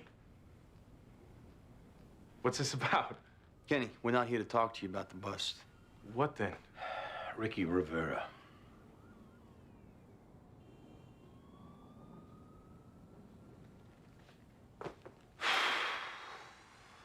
Ever since it went down, every breathing minute I've been waiting for a knock at my door. You know what that's like? I guess I don't have the right to wear this anymore. Probably never did. Tell us about it. I was in college. Me and some guys from the neighborhood, we liked to get high. Pretty soon we were strung out. A buddy hooked us up with some Colombians who ran coke. I started doing deliveries. And one day I figured I'd cut out the middleman. So I gave Rivera his stash. He gave me my cut. Then I shot him in the back of the head. Just like that? I knew I screwed up. Now, what was I thinking? Plus, this guy was connected. So I joined the army. Got sent to Germany. Figured you'd wait it out overseas. Yeah, I did it to get away. But I liked the military. I liked serving my country.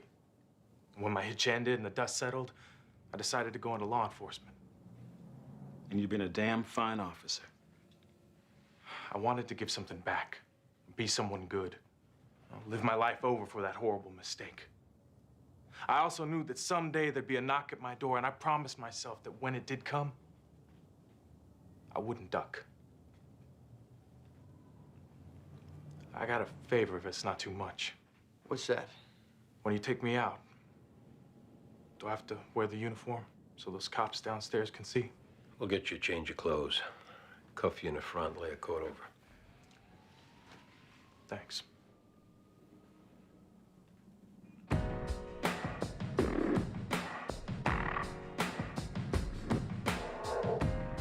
I, for one, am looking forward to getting home, spending my night zonked out in front of the tube. I'm gonna take Kenny down to Central Booking.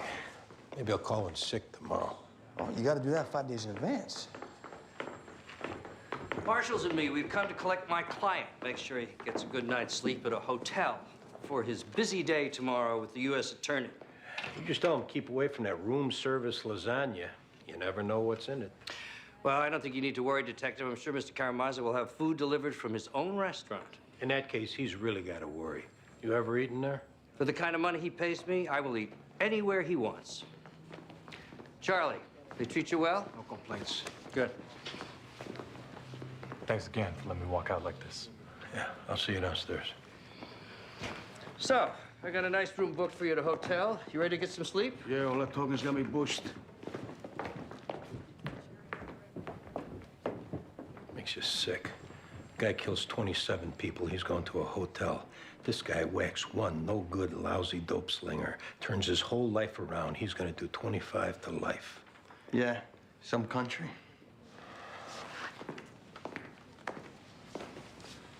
Night, guys. Yeah, night, boss. Congratulations again. Hey, thanks, Danny. Yeah, good night.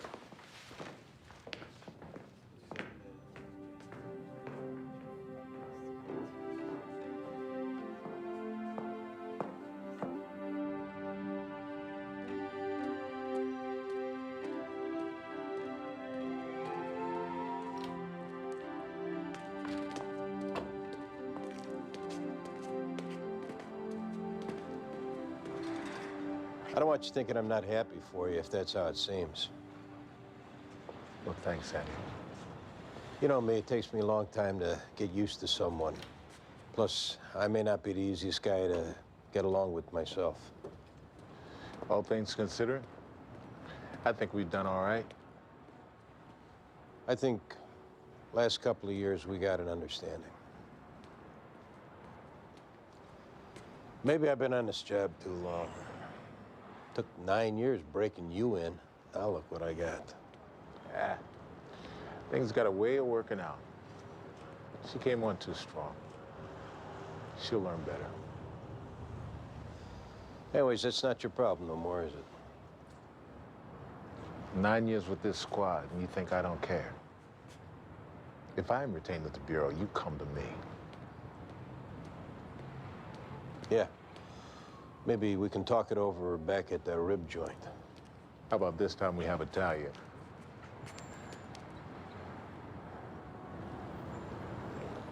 You're a damn good cop, Andy. You take care of yourself. Yeah. Anyways, I gotta get down to the central booking.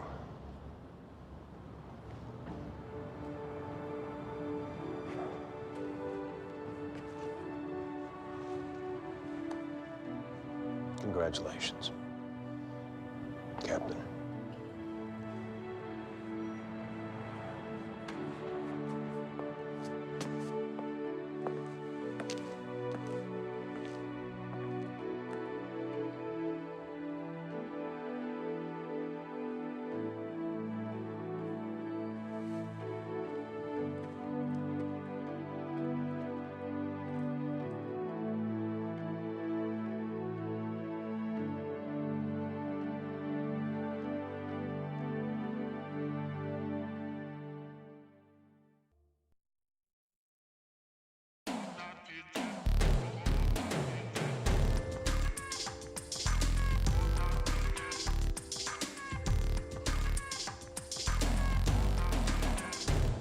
Perp shirt being green, that was new. Original statement, she didn't remember nothing about that. Whew, what a break. All right, what's the problem? Look, this case is asleep 12 years, Andy. It will not be cleared by the color of my shirt. Baby steps is what clears dusty cases. Oh, so this is our future. I'm roaming around making baby steps on cold homicide. No, this is legit. This is still an open homicide. I'm saying we're avoiding the squad by meeting these folks face to face, when normally you'd make a phone call. After Dalto officially starts, we get a roll call, avoider tours. Meaning a lot of wasted energy juggling schedules. Hey, you want to work with your balls constantly broke over spelling errors in your fives? No. Then we juggle our schedules and look for Jimmy Hoffa. I am done with her trying to teach me to be robo-detective. What's next on this ground ball? The second witness. We stop in, see him, see if his memory's clear at any. Where's he live? Poughkeepsie. Look at this idiot. Hey, stop! Hey. It's a clunky change purse you got there. Put it down, put your hands up. Look, Fred's pet shop went belly up. He said I could pawn it, all right? What's your name? Frederick Albert Finetti. No, your friends sell donuts at his pet shop? I got a very good explanation. You already gave it to us, and it ain't very good. Come on, let's take a ride. Or should we give him the uniform? I don't know if Poughkeepsie can wait.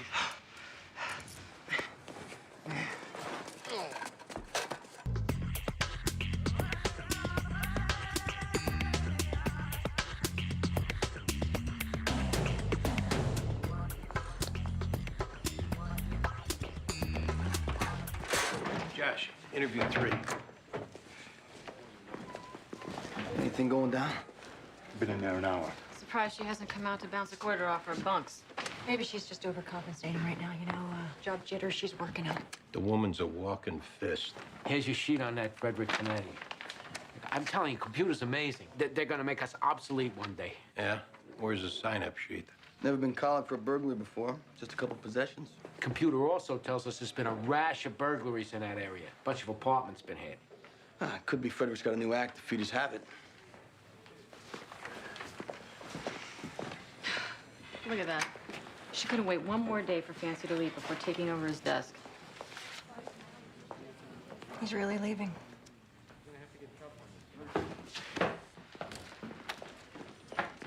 Sit, Frederick. Freddie's fine. Do you mind if I stand? I got a chronic displacement. Must be lugging all those heavy stolen goods. Oh, no. Today's my cherry attempt with this kind of thing. Are you sure about that? Never took off an apartment here or there? Hey, your pacing's making me nauseous. Sit down and we'll talk about your future. You got a drug problem, Freddie? See, that's not the future, man. That's the past. The very recent past, seeing how you took a possession collar 3 weeks ago. And since you don't look like the day job type, we're gonna make the crazy assumption that you steal to support your habit. I don't have a habit. If you're gonna lie, don't speak.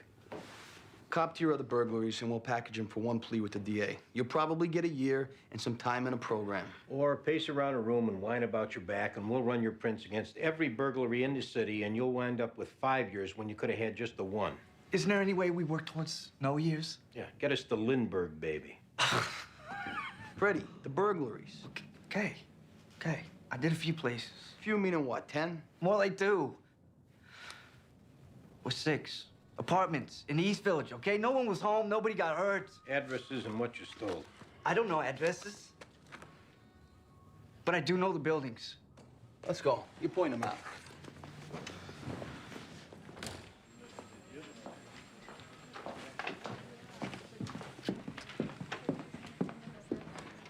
Lieutenant?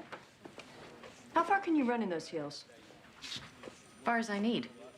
I wouldn't wear them if I thought I have they'd a policy relative to pursuing perp that my detectives wear a more athletic type shoe. Okay? Thanks. Boss, we'll be on the air if anything jumps off. Good. Make sure you monitor it. Yeah. So sorry, Lieutenant. Crazy day on the F line. It's okay, John. But make sure you put in a slip for that half hour. I'm gonna go get some things out of my car. That's the last time being late will be okay around here. Yes, ma'am. Lieutenant. Sorry. 2 of my former IAB detectives were supposed to be bringing my boxes over. Please call and find out what's taking so long. And put that away.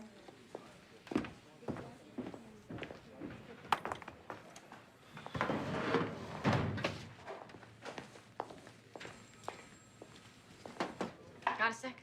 Sure. Is the ink dry on my transfer? All I can tell you is hang in there. These things have a way of working themselves out. Part of the appeal of being assigned to the squad was the chance to work under you. Well, whether it's going to be me or Lieutenant Dalto, you'll be spending most of your time working your cases with your partner. That won't change. So the ink's dry. Do you have recourse? Yeah. Do you want to catch a rep as someone who can't work with certain bosses and keeps bouncing from squad to squad? You tell me. To be honest, knowing myself, the feelings I'm having, if I stick around under her, maybe I won't just bounce to another squad. Maybe I end up saying something, gets me bounced out of the bureau. Or maybe, like I said, things work themselves out.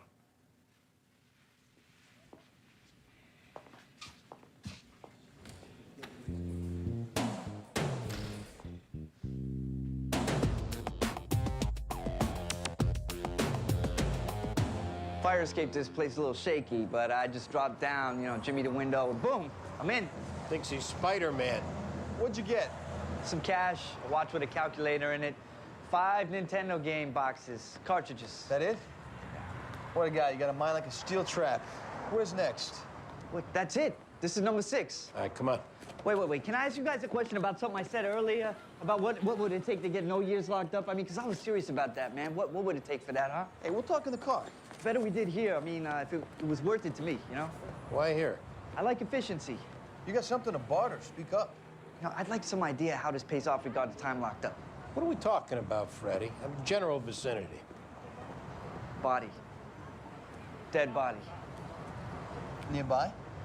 You know, at this point, I'd like some idea what'd be coming to me. Freddie, seeing how you're so interested in us staying here probably means the body is pretty close. So when we send for more cops and we find it without any further help from you, the answer is you get nothing. Or you give us an exact location immediately, and we'll see what we can work out. This way, right here. Through here?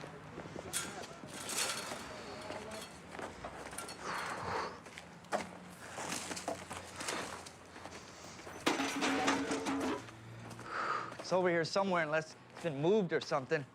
Hey, can you take this?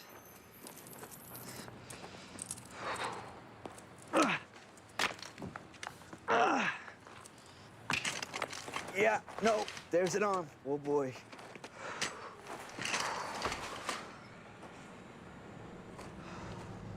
Fake nail tips, dress, and she's been torched.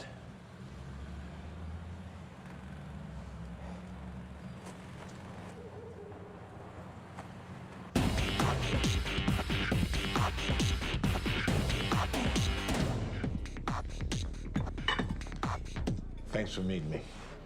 What's on your mind? How's your wife? Feeling better? Yeah, she is. Still got her delicate moments. She's seeing someone. Seems to be helping. You know, we're going to France. All we said we would, I'm finally taking her. Yeah, that's great. Yeah. I'll never be able to tell you how much I appreciate what you did with that. Saved us a lot of embarrassment. Made me realize a few things about my marriage, too. It was nothing. Okay. Now tell me what's really on your mind. I never intended on calling in the favor you extended to me. I don't even know if this is possible. Tell me what you need.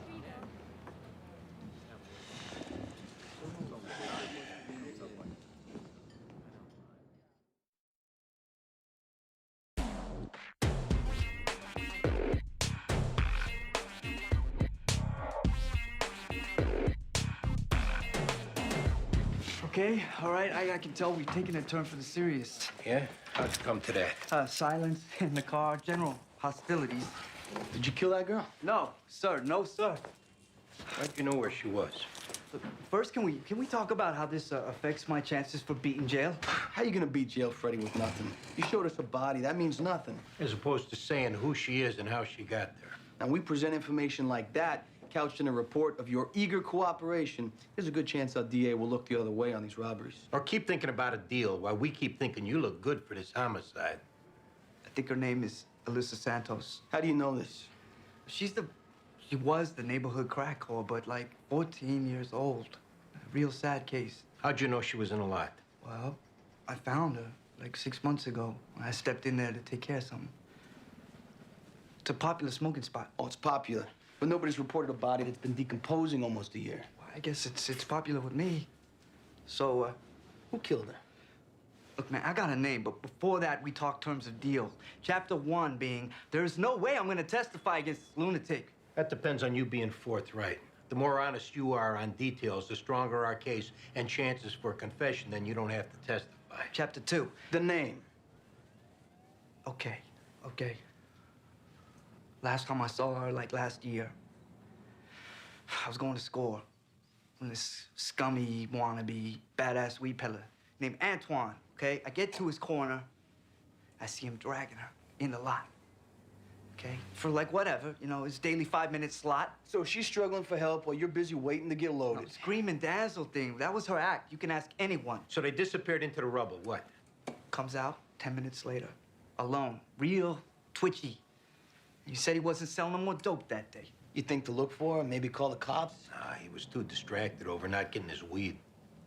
What happened to that girl, it really breaks my heart.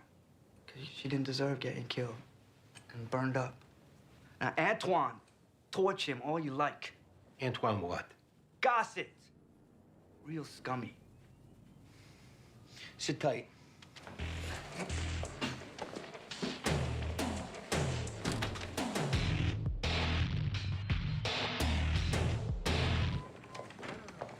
My name is Ramon Santos. This is my wife, Tanya.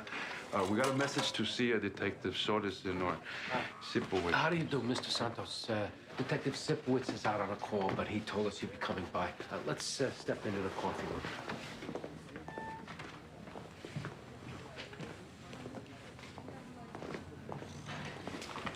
I'm Detective Medavoy. These are Detectives Jones and McDowell. Please, have a seat. We just got the message to come in, but it didn't say what about. Do you have a daughter named Alyssa? Legally, yes. She involved in something. You say legally. She's adopted? She's my niece. Come over from Santo Domingo. Is she okay? Have you seen her recently, Mrs. Santos? It's been a year and a half. She had problems, so we got her put into a group home. But then she ran away from that place. Did you file a missing persons report? We were advised against that on account of it just being pointless. Our neighborhood cop said that she was incorrigible, you know? He arrested her twice with dope. And then once when we called because she was smoking crack in her room and busting on my furniture. He said if she wants to come back, she'll come back. Is she okay? We're sorry to tell you this, but Alyssa was found dead this afternoon. No. You can't say you're not surprised. How did she die? We think she was murdered. Oh, my God. Is there anyone she ran with you think we should talk to? A friend, boyfriend? Oh, it's just so much pain in her life, so much pain. So we can't take the blame for this, Tanya. You blame Juan and blame Eladio. Wait, who's this now? Juan is her father who had sex with her. Got her head all messed up. Where is he? Santo Domingo, same with Eladio. That's who she went to live with after her father, who was also a sick pig with her. My sister begged us to take her in. How long did she live with you? 6 months. But don't think that we didn't try with her. We took her to family court. We got this special warrant. Person in need of supervision warrant. How old was she? 13 when she left our house. Everything. We did everything. But sometimes you just got to get on with your life. What was the name of the cop you talked with? He might be able to help us with the investigation. Something Baxter. Well, we're all done here. We'll keep in touch. Sorry for your loss.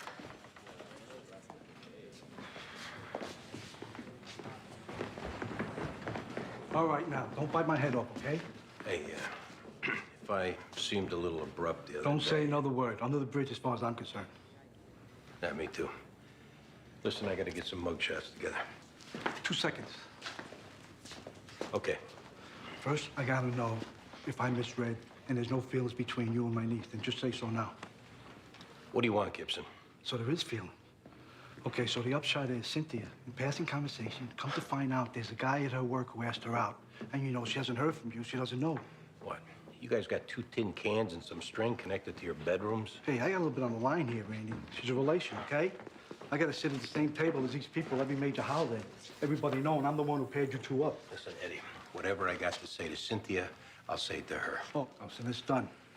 You need me to write this down?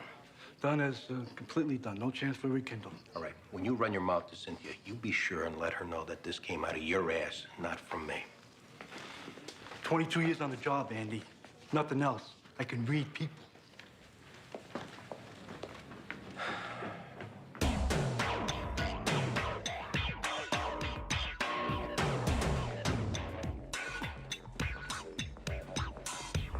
Thanks. Think I could squeeze into one of those? Finally. Find Antoine? Yeah, we had narcotics pick him up off an 8-by. We had into him. Anything from the aunt and uncle? Good. You're all here. We're gonna reorganize. Now's a good time to do it. Reorganize what? We're gonna change desk assignments. I need to see how everyone works so I can decide who partners up best. Also, we're gonna move the desks, create a better flow. Whose fish tank is that? Mine. Do you have a fish tank at home? Matter of fact, I do. Well, maybe you could transfer those to your home tank. You told me you got fish policies, too? This is gonna be a work environment. Something on your mind, Detective? Nothing I care to share. Hello, 15th Squad. Just a moment. Lieutenant, Chief of Detectives. Put it through to my office.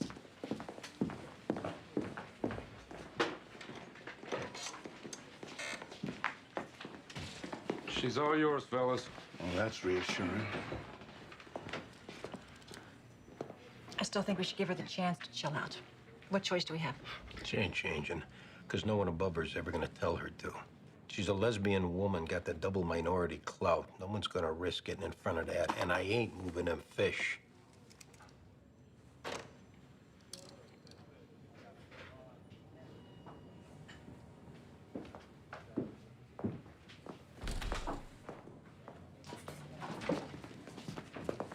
Is there a problem? That was the chief of D's. Apparently, I'm being reassigned. Congratulations. Oh, I don't know where I'm going. I just know I'm no longer here. Well, good luck to you, wherever you end up. Gee, wonder how this happened. Maybe you're needed somewhere else. And maybe someone with more juice made some phone calls. Maybe. I just wish whoever did had the guts to admit it. And I wish I knew how one person could alienate a whole squad of detectives in 48 hours. Detectives who've shown they can deal with anything, including each other. I'm gonna find out who did this. Well, you can start your investigation making phone calls downstairs in the captain's office. We got work to do here.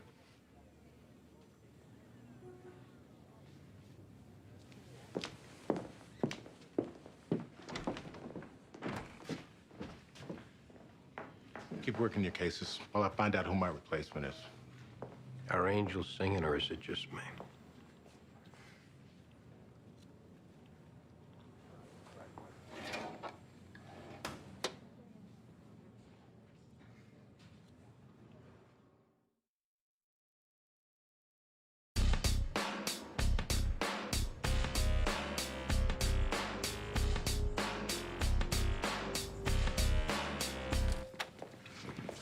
Don't he talk? Oh, he talks. He's just being cute, Antoine. You want him in the cage? No, put him in that seat.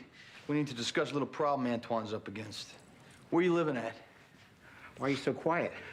Antoine, sure used to run your mouth when I walked that footpost on the 2-3, didn't you? Hey, why don't you work out your beef later on, all right? Oh, we're even now. Because didn't I always tell you one day I'd lock your skanky ass up, huh? Well, guess who keeps their promises, asshole? Hey, all right, settle down. Take it easy. Take it easy now. Settle down. Follow me right there, asshole. Take a walk, Vance. Yeah, I'll kick your ass. We got it now. You need a hand? We're all right. Yeah, well, make sure you keep it down either way. New lieutenant just showed up. Guy or female? The guy, Latino. Yeah, what's his name? I don't know. We're riding with Fancy. So was he ever a detective? Andy, I don't know. They're still in there. You better got that out of your system.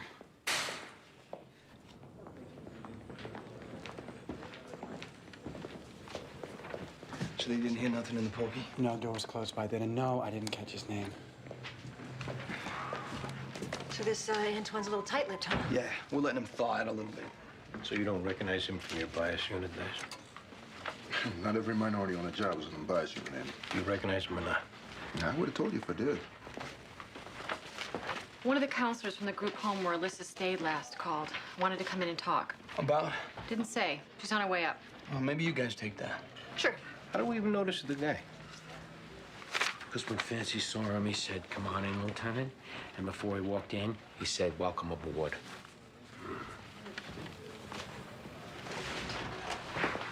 Sarah Fisher. I spoke with the Detective McDowell. Hi, Sarah. Come on in. My partner, Diane Russell. Let's go talk in here. What's with the Van Dyke? Post-Renaissance. They're called goatees. Who's my ass? It's gotta go. You can't have that in the bureau. Take a deep breath, Andy. So, you were Alyssa's caseworker at the group home? That's right. Was there something specific you wanted to tell us? Alyssa confided in me that her uncle was sexually abusing her. That's the reason why she ran away from that home. Her uncle back in the Dominican Republic. Her uncle here, Ramon Santos. And when I heard that she was dead, I mean, I'm not saying he did it. I just thought that you should know. Did you look into the abuse? Substantiated? Alyssa didn't want me to. I mean, she was deeply traumatized. Obviously, you know about her being abused back in the Dominican Republic from very early on. And a part of her felt like... It was her own fault? Yeah. And her response was just to run away. But don't you have the ability to look into something like that on your own? It is a felony. Knowing Alyssa wouldn't pursue charges, what was I gonna do? I did call the Santoses after Alyssa ran away to see if she was back living there. And if she was, I was going to take the necessary steps. When she ran away from your home, why didn't you file a missing persons report? We did, the previous times. Why not this last time? I ran it by my supervisor. I don't know, we didn't. Because that's what, a 5-minute phone call? Listen, I didn't come down here for you to wag your finger at me about what I didn't do. All I could do was to let her know that she had a friend whenever she needed one. We're just a little frustrated, Sarah, because if she would have had a missing person report out on her, maybe she wouldn't have been on the street that day she got killed. I came down here to tell you what Alyssa told me about what was happening. Do what you want with it.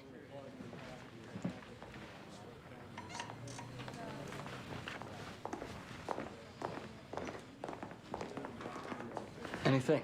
According to conversations she had with this counselor, Alyssa was raped by her uncle here in New York, Ramon Santos. Miserable prick. But we like this Antoine guy for killing her, right? Or do we go hard at the uncle? Let's go talk to this idiot Freddie and clarify what he saw. Keep going at the uncle. This is Lieutenant Tony Rodriguez. He'll be taking over the squad effective tomorrow. Sergeants Sipowicz, Russell, McDowell, Jones, Meadow Boy, our PAA, John Irvin. Nice to meet you all. I've got 17 years on the job, most of it in Bronx narcotics. Since this is Captain Fancy's last day, I'll be hitting the ground running. So bear with me. Any questions either way, let's ask them. But near future, I'm just gonna watch while you guys do your thing. I look forward to working with you. That's all I got. Okay. So whoever's freed up, why don't you bring Lieutenant Rodriguez up to speed on our DOA? Me and Connie can do that. Bronx narcotics, huh? You ever work with Inspector Karlowski? Sure. He's my bureau exec. Yeah, he's the president of the Pulaski Society. Oh. So you're Polish? Sipowicz, yeah. Great.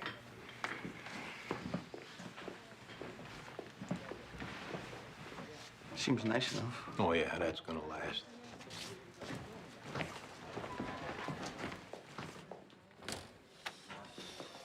So how's it going with my release? Slow. Come on, why? We're at a crossroads, Freddie, as far as pursuing leads. Did you talk to Antoine? We met him. Well, what'd he say? He's not much of a conversationalist. Yeah, well, he's not gonna cop to it right off the bat, man. The guy's a scumbag, dope-dealing murderer.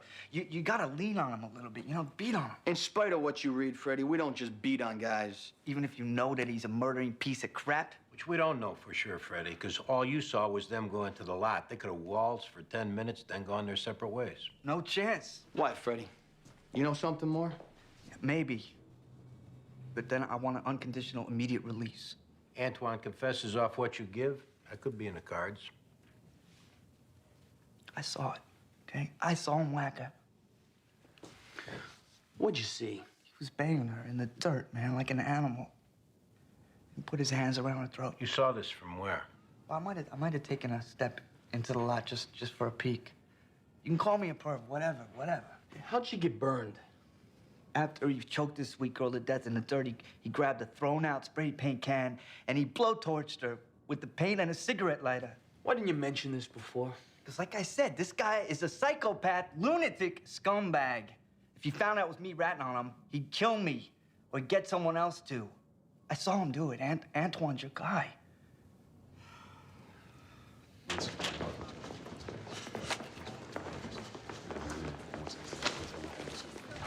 Hey, Terry? Yeah. Baldwin Jones. Greg Matterboy. How you doing? What's up? Hey, Terry, you remember that Alyssa Santos lived over on Ludlow? Yeah, okay, sure. Responded to their apartment a couple of times. Kid was out of control. Parents had it up to here. Well, we found a body in a vacant lot on Avenue D. Been there 8 months or so. Damn. Well, I'm not too shocked. Like I said before, she was out of control. Drugs, putting out for half the neighborhood. Any local characters jump out at you as far as who might have done it or known about it? No, I couldn't begin to tell you. I'll ask around, though. The couple she was staying with, did they ever approach you about filing a missing persons report? Maybe. They said they did. Okay. Apparently you advised against it. Is that what this conversation's all about? Did you? Okay, I'm remembering now. They approached me about it when that girl ran away from her group home in Brooklyn. Did the group home file a missing persons? Refer the complaint, not the complainant. Don't tell me you never heard that. Okay. I was wrong, and I see where I screwed up. So does it end here, or do you guys got other plans? So you'll ask around on her? I'll ask around.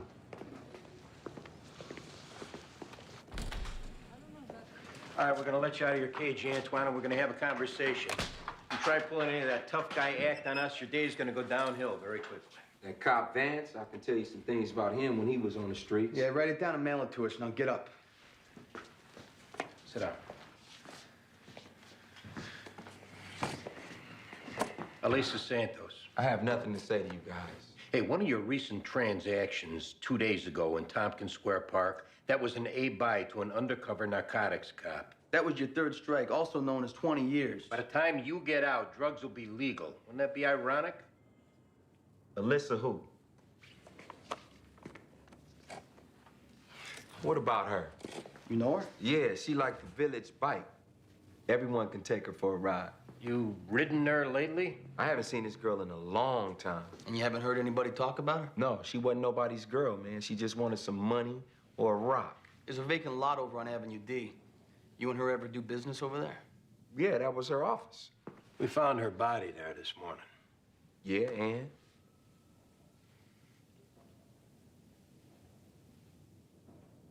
Maybe she didn't feel like putting out, huh? Or maybe you were just so high off your ass you lost it. Man, I ain't having this, okay? We got a witness says you killed her. And we got your fingerprints, Antoine, on a pipeline right next to her body. Break out the ink. And we got semen off her, too. We're gonna run your DNA. Here, hold out your hand. I'll give you some. Hey. Look, man. All right, I stuck her in the yap many times. But kill her over what? Jealous because she was banging other guys? Man, she was a hoe. She was 14 years old, asshole. Hey, I didn't turn her out, all right? She was already in 5th gear by the time we hooked up. Maybe you should be squeezing some of them crackheads who hang out around that lot. All right, that's why I told her, don't be rubbing up against me. You know, because them who she is spreading her legs for now, the last time I seen her, the lowest of the low. Man, get this out of here, man. I'm insulted.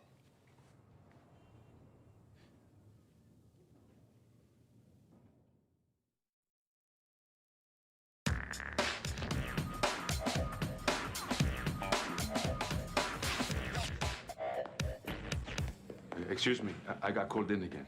Oh, exactly who called you? Mr. Santos, thanks for coming in. You know I own a grocery store, and it doesn't run itself. Just need another minute of your time. Yeah, I know where we're going. You know, there's not a whole lot more I can add from before. And we just want to ask you a few questions about your relationship with Alyssa. Specifically, were you having sex with her?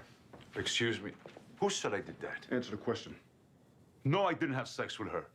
And whoever said that must have something against me. Was some kind of character assassin? Before you lie again, Ramon, understand that as much as we'd like to lock you up for molesting Alyssa, we can't on account of her being dead. So answer our questions, and we'll resist the temptation to beat you for being a scumbag. I just want to say up front that I've always thought that people who take advantage of kids should be locked up. Why'd your thinking change? On account of her not even acting like a kid. And this started when? Since she showed up, rubbing up on me, wanting to sit on my lap. And you just couldn't resist. I put her off for a long time. Your wife find out? I don't think so. Did Alyssa ever threaten to tell her? No. You ever fight with Alyssa? Maybe strike her accidentally? Just yelling. How'd she wind up in the lot, Ramon? You think I killed her? Oh, she was disrupting your home, your marriage. You had your reasons. Tell us what happened. We'll work with you on the statement. No, look. I just wanted her out. So we put her in a group home. I just wanted her out. Hey, Ramon, we're trying to help you here. No, and I'm telling you the truth. She was a monster and a manipulator, so I threw her out. But kill her? No way. Now, we can sit here all day. I didn't do it.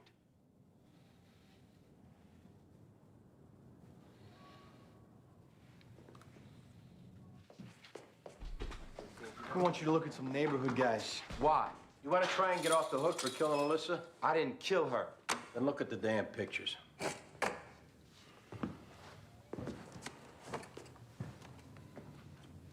I know him. He deals blunts to the frat boys at NYU. Don't know him. Him either. I know this clown. That's Freddie. Crazy Freddie. How do you know him? I was boning his sister for a while. Passed her around to my boys. He comes up to me all high one time. You know, he sprouts balls when he's high. Stone crazy the rest of the time. He tells me, lay off of her. Did you? Hell no. I stuffed him in a garbage can. When was this? About a year ago. Okay, all right, here we go. How's it going? Pretty good at holding a grudge, Freddie? Whoa, fellas, wrong topic of conversation. You got a grudge against Antoine over a confrontation in the street last year? Last year's a while ago. I mean, I tend to let bygones be bygones. You ever been in a mental institution, Freddie? I did a year at Creedmoor. I got manic depression and a schizoid personality regulated with medication. How unregulated do you get when you're smoking crack? Why am I suddenly the movie star center of attention here? Did you guys talk to Antoine? He said he was drilling your sister, passing her around. You confronted him on it, and he stuffed you in a trash can. That must have made you furious. It did make me feel happy. Are you trying to put Alyssa's death on him for payback? That's pretty complicated for a crazy like me. Don't sell yourself short, Freddie, because we're not. Did you kill Alyssa, Freddie? No, sir, no way. Well, we checked with the medical examiner, and Alyssa had spray paint on her body, like you said. There's no way you could have known about that if you weren't there. Okay, all right. I had a grudge on Antoine, but it was someone else who killed her. I saw it. I know his name. The ME also got some semen out of her.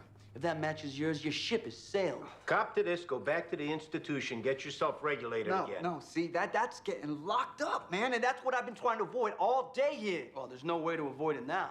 I mean, it just depends on where you go. What happens when you smoke crack? Word is you get a little out of your head. Another guy comes out. Was it that guy approached Antoine? Same guy with Alyssa? She was a decent girl, man. She just had a lot of problems, What happened in the lot? Well, we worked a deal. Rock for sex? How'd it go wrong? I don't know. She welch on her end? I don't know. Freddie, we're trying to help you. And I'm saying I don't know what happened. Something grabbed me, man, and was trying to pull me in. Wouldn't let go of me. What'd you do about it? I grabbed her neck, and I squeezed her, man, just to get free. She stopped moving. Then you got the paint. I said nice words over her first, okay?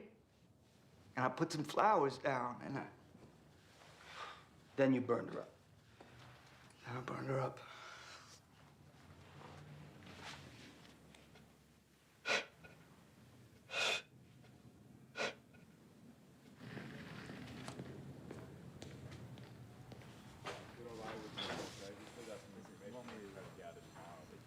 Last day. Must feel strange. Yeah, it's been a good run. This move is good for me. It's good. Oh, yeah, it is. You made captain. You know, all day, you haven't asked me one question about these people.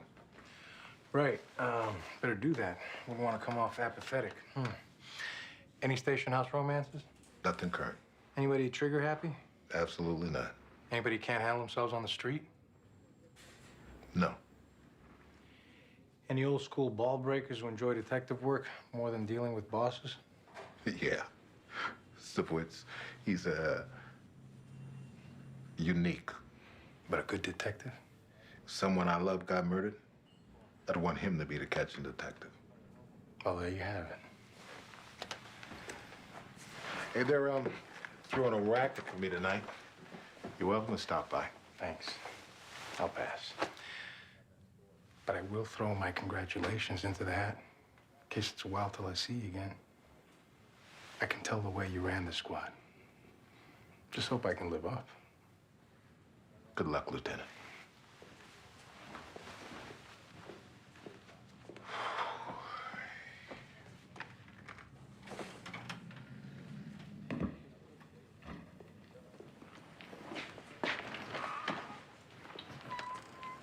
Are you going to that racket tonight?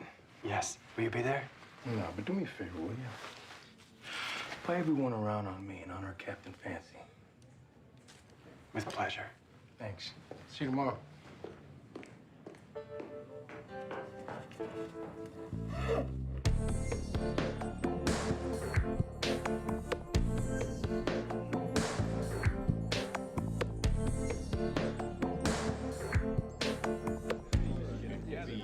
Thank you. So he's gonna get murder one? From what I'm hearing, he was high on crack. And with his psychiatric history, the defense will get doctors to prove he couldn't frame with an intent to kill, and we'll have a tough time proving otherwise. So then what? Manslaughter? Probably. 10 years. Maybe he does 5. In a nut house. Well, that's up to the judges and the doctors, but we're gonna push for straight time. We'll go to a nut house, we'll get out in 3. Hey, come on, we're having fun here. It's Fancy's night. All right, all right, all right. Ooh. I'm told that I have a tendency to make a fool of myself with these things. No. But in honor of Captain Fancy's leaving us, I'm gonna keep it short and sweet. Lieutenant, now Captain Fancy, he's the best boss anyone could ever hope for. Best of luck. That's right. Thanks, Chris. And let me add my thanks to Captain Fancy for accepting people on their merits. It's not like that everywhere. Thanks. Captain, I'd like to thank you for your friendship.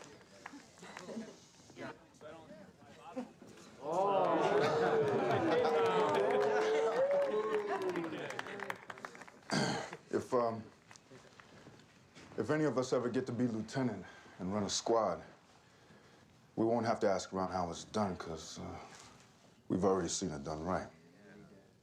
And I'm proud of you. I'm proud to know you, and I'm proud to have worked with you. I couldn't have asked for a better role model.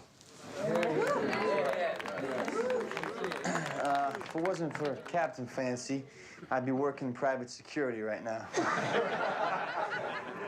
So, thanks for keeping me out of the civilian workforce. It was a pleasure.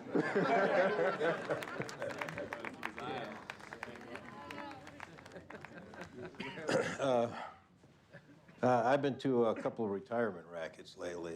Most people I come up with are leaving or they're gone already. But I'm glad you're staying, moving forward. Most bosses, a minute after they take promotion, you're just a dot in their rearview mirror. And they don't make any moves unless it's got some political upsides. But today, you stuck your neck out and you did us a big solid, you know? Yeah. Which is nothing new, but today was big.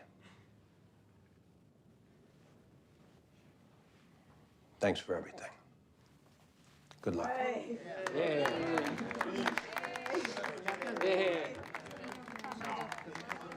Yeah. Somebody asked me today if I was planning on leaving after getting my 20 years. And I realized not one time have I ever wanted to get out. I've had my bad days like everybody else, but I've always loved this job. When I first got out of the academy, I walked a footpost in the neighborhood I grew up in. And my first day, I kept walking past my parents' apartment building. My mom and dad were looking out the window at me in my uniform. And they were proud. And I was proud. Because when you're a cop in New York City, you're somebody. Yes, sir. Yeah. Congratulations. Have yourself a drink and let's tell some stories. We're gonna miss you, pal. Miss you back.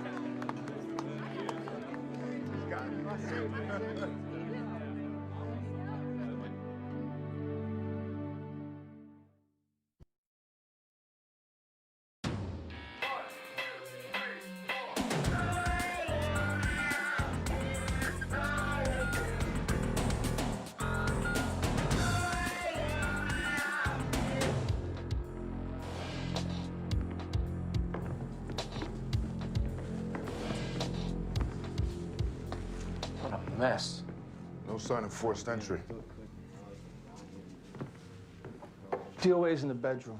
White female, 18. Name's Kat McElroy. Any indication how they got in? Uh-uh. Super came to fix the sink, and he's who found the girl. Her old man's passed out cold in his room. The father's drunk? Out like a light, dead to the world. All right, we got the picture, Shannon. Get him over to Station House. What's your name? Dave Tierras. So, Dave, you know that girl? It's her dad's place. She's been living here about a month. Her dad that's in there drunk? Her dad is drunk like 24/7. They've been ragging me to fix the sink. No one answered, so I used my pass key. I'm guessing there's no sink in her bedroom, so how come you happened to find her in there? Hey, it didn't have nothing to do with this. I heard the radio. Okay, maybe I went snooping, but I didn't kill her. You ever hear the girl and her old man argue? Couple times. Like 2 weeks ago, they was fighting so loud the cops came. All right, leave your number with the officer. What's going on? What are you doing here? Come on.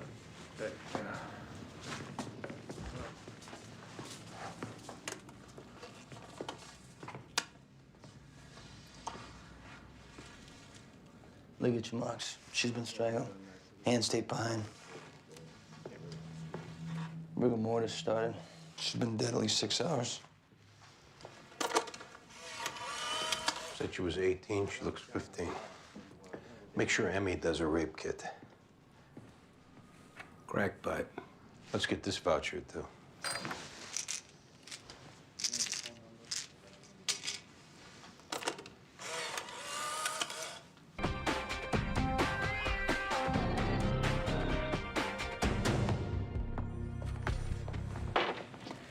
Connie and me ran the father, Jimmy McElroy, on the computer. Came up with a couple callers for discon, public intox, and 1 for assault. Looks like he's got a temper when he drinks. You find anything on that radio run 2 weeks ago? Copy the 61. Uniform saw bruising on the daughter, but said it had nothing to do with the father. One more thing, this McElroy, he was on the job 5 years in Bergen County. Explains that photo at his place. So we like him for the homicide? The girl's hands are tied, no clothes. Don't seem like a father unless he's a sick bastard. Well, on the other hand, he was passed out drunk. Plus, he had exclusive opportunity. The door was locked when the super came. Could be they fought again. This time it got out of control. Father fixed it to look like sexual assault and drank himself stupid. Anyways, we got the ME testing for DNA off any semen. Also found a crack pipe in the room, and crime scenes checking for prints. Smoking crack. That's maybe what they were fighting about. We'll go back online and see if this matches any patterns of sexual assaults or strangulations. Let me know. Let him know. What's he think we're gonna keep it from him? Your boss seems pretty sure. Yeah, seems okay. Guy's gonna tell us how to run a case. I don't think that's what he's doing. Tossing out his uninformed opinions whether this McElroy's got a temper and did he get his load on to cover up killing his daughter. And don't you think anything the boss throws out there is just him trying to help out? I think him helping out would be keeping his mouth shut. And what is with this? I'm gonna go on the computer. Oh, this is all I need. Andy, you got a minute? I hope this is about a case, Gibson, or you offering me tickets to the Knicks. Andy, I got a terrible confession. But it was you killed JFK? There was no guy. Gibson, what the hell are you talking about? When I told you there was a guy at work who wanted to ask out Cynthia, that was a lie. Hey, you want to keep your voice down. That was me trying to give you a little push, seeing for sure whether it was over or not. Being you didn't call her, I guess that was your answer. I told you last time I do not want to talk to you about this. I just want you to know she had nothing to do with it. This is on me, 100%. Do yourself a favor, Gibson. Turn around and walk away. Now. Anyway, she's at home now, crying her eyes out, in case you did want to give her a call. May I help you? I'm Mary McElroy. I'm looking for Detective Sorensen. Yeah, I'm Detective Sorensen. It's my partner, Detective Sipowicz. I went to see my daughter at her father's. The police wouldn't let me in. They said to come here. How about we go talk in here? No, I don't want to go someplace else. I just want to know what's going on. Here, sit down at my desk.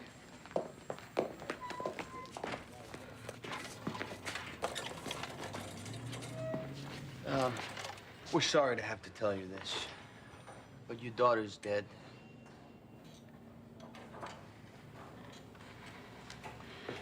How'd she die? She was murdered. Oh, my God. Did he do this? Who? Jimmy, her father. Was it him? We'll make sure that's that. Because he drinks too much, and when he drinks, he gets mean, and then he hits people. You ever hit your daughter? You ever hit you? Too many times. I threw him out when Kat was 9, and I raised her on my own. But the last 2 years, it just got too hard. She stopped going to classes. She stayed out late. She said she hated me, and she wanted to live with him. I couldn't stop her. She figured her dad would be less strict. She thought he would be too drunk to give a damn. But she hated it there, too. And just last week, she asked me if she could come home. And now she's dead. You ask him where he was when my little girl got murdered. Don't worry. We'll ask him. Anyone else that you know of might have wanted to harm her? No, I don't know. Does she have a boyfriend or boyfriends? I don't know. Mary, what are you doing here? You bastard! You killed our baby! Josh, get him out of here. You son of a bitch! Did you ever think of checking if the coast was clear? He wanted to take a piss. What's she talking about? I hope they hang you! Ma'am, sit down. Ma'am, we're gonna get a uniform to take you home. I'm so sorry. How you feeling, Jimmy? You awake enough now to talk? What's she saying out there? What happened to my daughter? She's been murdered. Oh, God. Who killed her? Why don't you tell us? Hey, you can't be going by Mary on this. She hates me. I'm not saying she ain't got reason.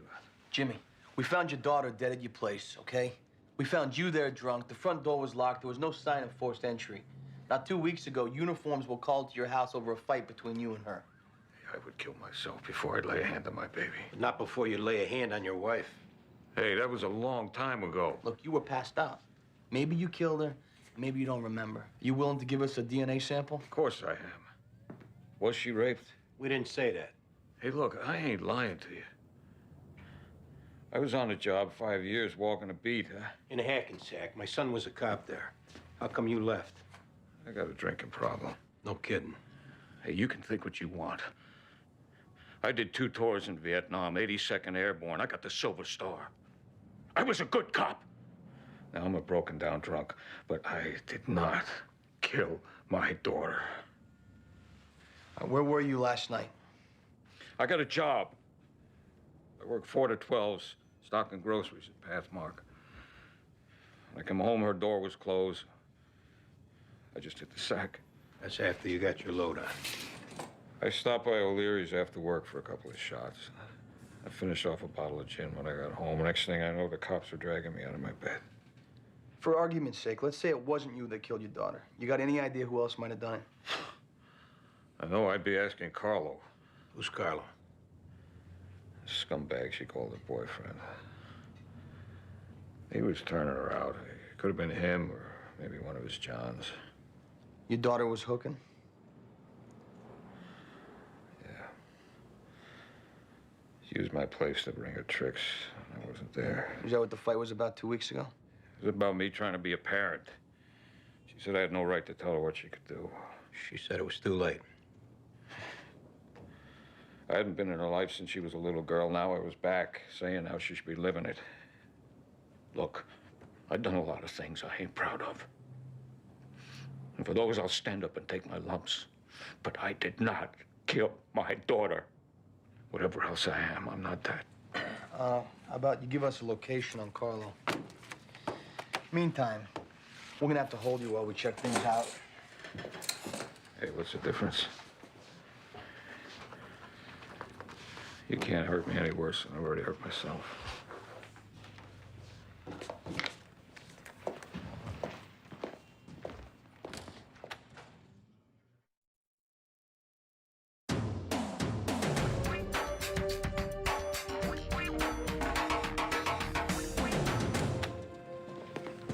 Go on, Carlo, get lost.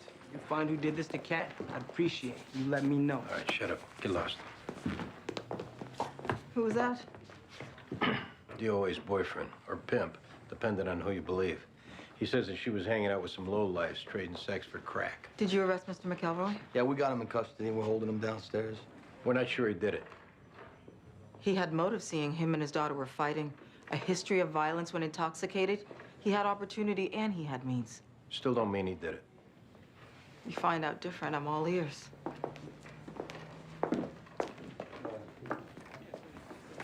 Hey, Ray, what's going on? Came to see your new lieutenant. Oh, you got business? He's an old buddy. Worked with him back when he was undercover in the Bronx, helping take down the Ochoas. No kidding? He's that Rodriguez? I knew he came over from narcotics. There's a dozen Rodriguez's working narcotics. Well, he didn't mention nothing about being a legend. Sounds like Tony. What's with his beard? The Bureau don't allow facial hair. Undercover, he made enemies. Bureau let him grow beard so he couldn't get recognized so quick. Anyway, I'm out of here. Take care. How about that, Andy? New boss was a heavy hitter in narcotics. Got the Medal of Honor. Yeah. So what's he doing in the squad? Getting his ticket punched? I guess when he had to testify, he blew his cover. It's wrong, a boss wearing a beard in the squad, you know? They were concerned about him. They should have put him someplace where the beard don't matter. They got a pattern on 4 homicides over in Brooklyn North. Might be a fit with our DOA. Go tell Rodriguez. Boss, we might have a pattern. 4 homicides in Brooklyn North. Victims were all pros. All had their hands taped behind, and all of them smoked crack. Fits that crack pipe we found. Also fits what we got off her boyfriend. Maybe the scumbag who did these moved his act across the bridge. Last 3 victims in Brooklyn all had their faces covered. This one didn't. I remember a couple of these murders in Brooklyn made the papers. The dad being an ex-cop could be this guy sharp enough to try a copycat. He mean make this one look like it fits the pattern in Brooklyn. And the faces being covered wouldn't make the papers. Either way, if the DNA from our girl here matches up with any of them others, that pretty much rules the dad out. Unless you want to try and tell me he killed them all. I'll call the CO at Brooklyn Homicide, get their input. Hi, I'm looking for Detective Sibowitz. Oh, he's in a meeting. May I tell him who's asking for him? Cynthia Bunin.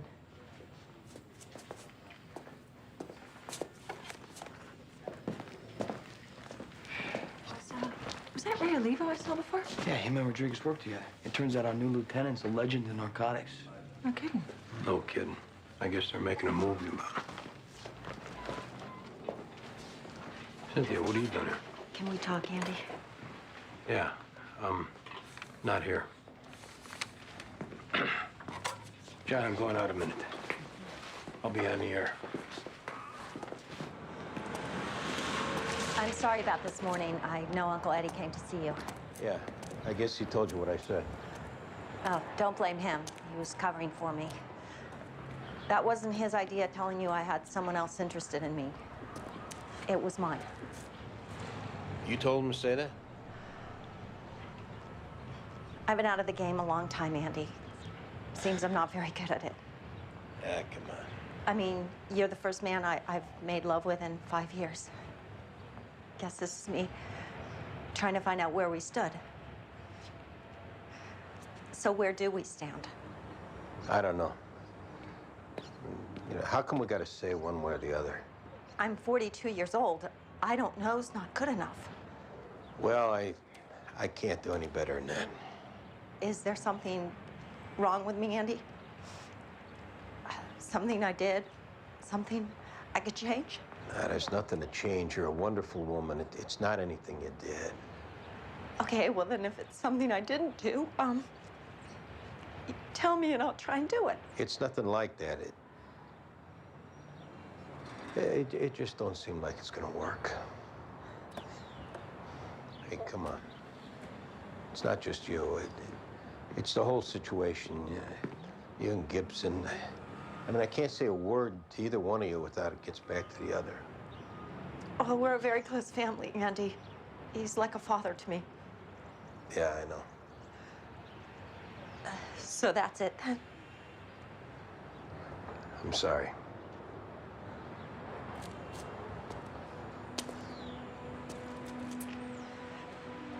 Don't get mad at Uncle Eddie.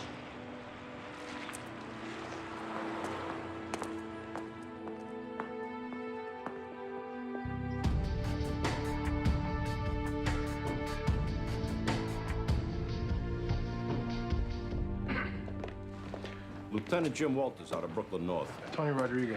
Detectives Eden and Kent. Thanks for calling us in. Danny Sorensen, Andy Sipowicz, they caught the case. Our guys brought files on the previous homicides. We can give you what we got on our DOA.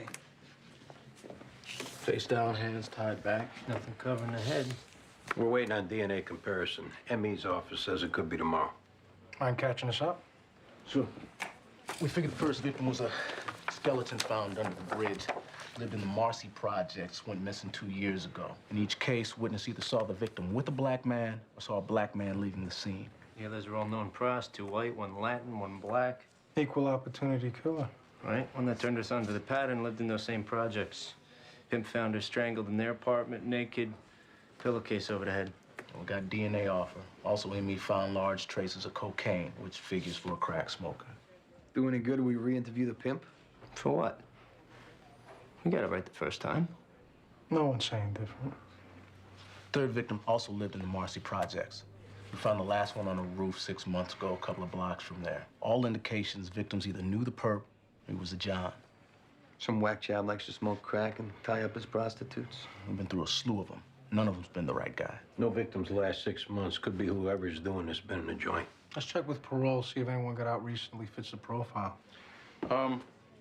B and I have been running this investigation as a task force for Brooklyn homicide. I figured I could stick around, watch over things till we determine is this new one part of the pattern.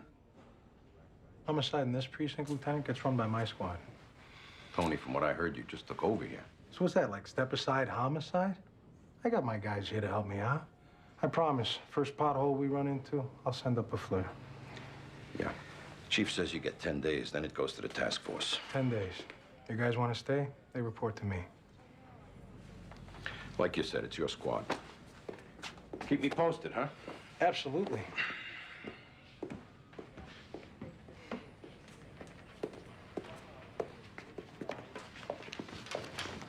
Looks like this guy's got some balls as a boss. He's gonna have to do more than chase off some chesty lieutenant. Show me how big his balls are.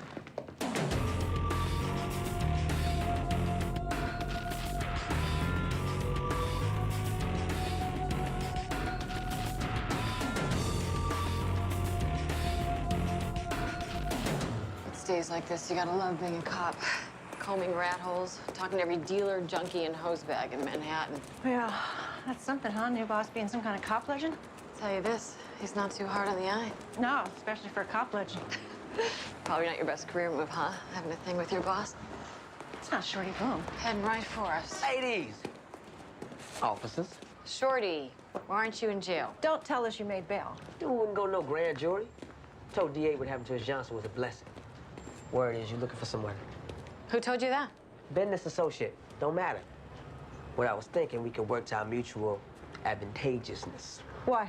You know this guy? Don't even know who you're looking for. Just know you're looking. So what's the pitch? I help you locate this individual. There'll be some paper in it.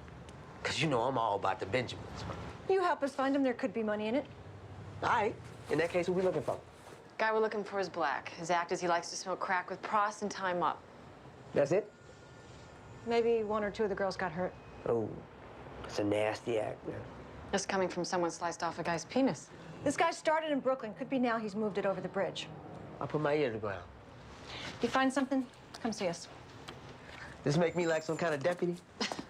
What a world, huh, Shorty? Right. All right.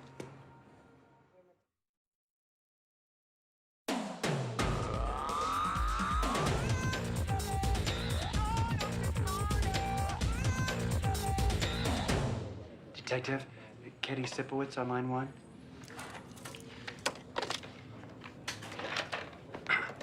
Hi, Katie, it's me. Planetarium? No, that sounds good. No, we haven't been there. Listen, when you bring him back, why don't you stay and have dinner with us? I know Theo would like that. That's okay. I'll stop and pick something up. All right. I'll see you then.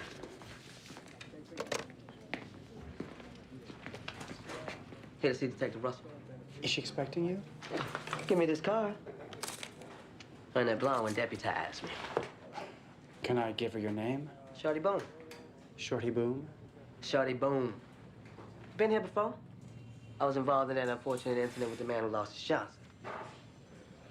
Oh, that's Shorty Boom. Yeah, Detective Russell and Detective McDowell are busy at the moment. Would you care to wait? Tell him Shorty got the 411. It's Detective Shorty, what are you doing here? On that matter we discussed, I got the 411. Definitely worth 200. Come on, take a hike. We left you an hour ago. And I got a name. Shorty, I hope you're not thinking you can just like throw a name at us, pick out a phone book, and we're gonna hand you $200. Saying I want a number on you? No, what I got's the real deal. And the price of hearing is 2 bills. Take it or leave it. You gotta talk to our boss. Yeah. John, you wanna stick Shorty here in the coffee room?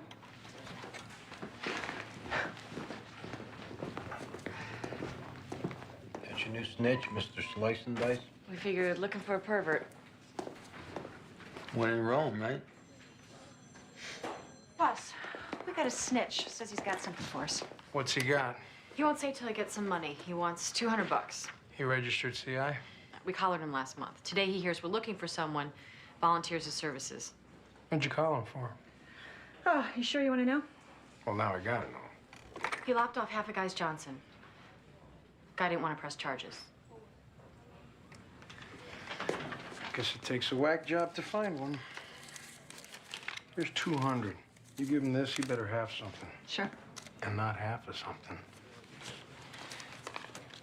Pans out, see, does he want to register as a CI?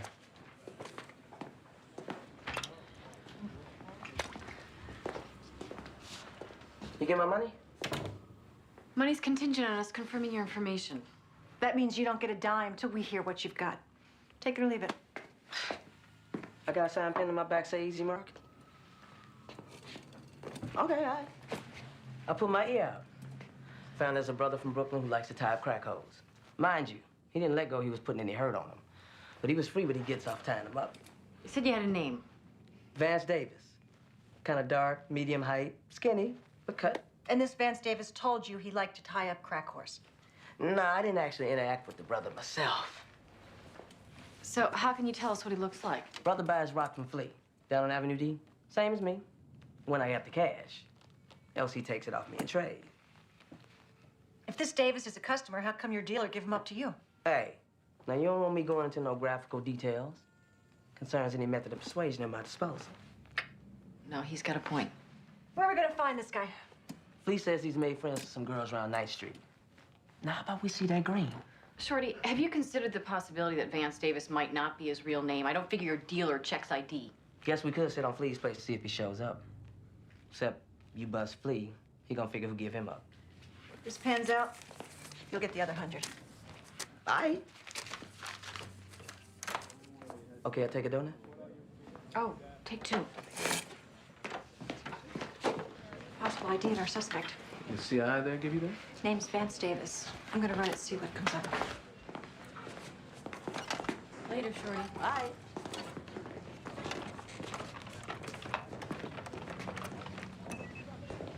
Vance Davis came out of Rikers 3 weeks ago. Served 5 months on possession. Last known address, 1209 Marcy Avenue, Brooklyn. Bingo.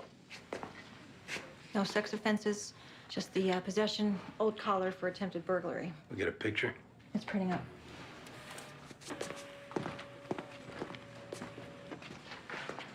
That who the snitch gave you? Vance Davis. You got places to look for him? Mm-hmm. Go look for him.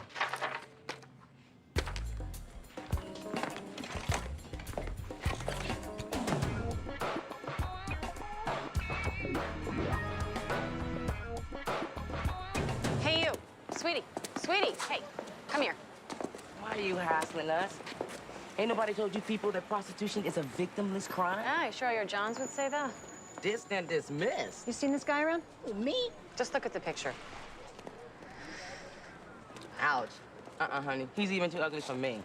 Really ain't no one's too ugly for you. Oh, you need to shut your hole, Tanika. Why don't you come over here and shut it for me? Look, don't start something that you can't finish. Now, Unless you want to go down to the station house. How about you two take the day off, huh?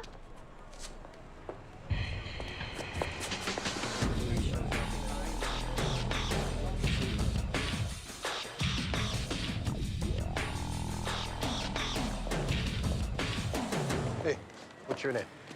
Tiffany? Okay, Tiffany. Either of you ever seen this guy? That's Mr. Rock and Roll. Been coming around here the last couple weeks. Rock and roll? Yeah, we call him that because that's what he likes. Smoke some rock, then have a roll. That's really funny. Any idea where we can find him? Or we could go looking for what you just stashed in them garbage bags. No, don't do that. I've been to his place. First floor, right, over the newsstand on 3rd. Thanks.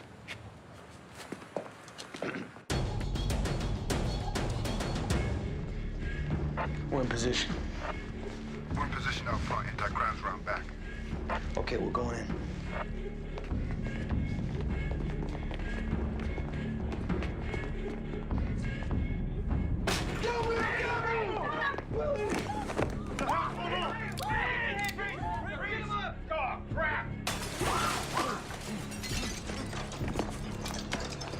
Easy, pal, easy.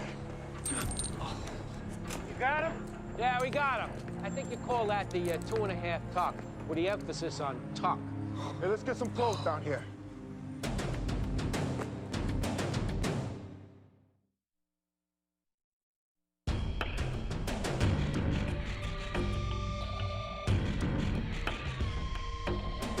So, Vance, you jumped naked right through a closed window.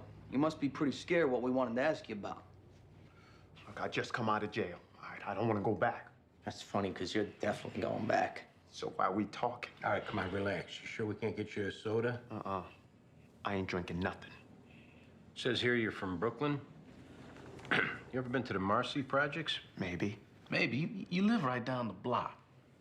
You frequent prostitutes, Vance? Look, I ain't got to answer that. It's Rita Carrillo, you know her? Number one to Barrett. Look, why you asking me this? Don't give us that crap. You know why we're asking you. About Kat McElroy. Someone fits your description was seen leaving her place last night. It wasn't me. You see, what we're thinking here is that maybe you could help us figure out what happened to these girls. Now, what we heard around 9th Street, you like smoking crack with prostitutes, and some of these girls here, they'd be the same kind you hang out with. I said, I don't know him. You said you don't remember that picture of Wanda Barrett. Maybe you'd remember this one. Oh, man, what you showing me that for, man? Because you're the sick bastard that killed her. Some queer pervert, sicko, half a man, only gets off killing women. Come on, go! All right, we're getting on the wrong foot here. All we want is to talk. Look, I'm done talking. Maybe I'll just get a damn lawyer. It's a good thing you said maybe. Could mean the difference you living or dying. How's that? Just give us a minute.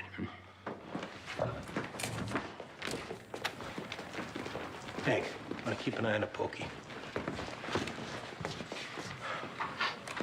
You want to tell us what the hell is going on in there? What are you talking about? He's talking about, are you trying to blow this case? What if that's our guy and he lawyers up? For the next 18 months, you're going to tell us who our guy is? He lawyers up, we won't never know. Being we got no probable cause for a DNA sample, and he won't give us one. So now you're telling us how to do our job. Is there a problem? It don't seem like clearing the case is necessarily these guys' top priority. It seems like it's who clears it. Let's take this someplace else.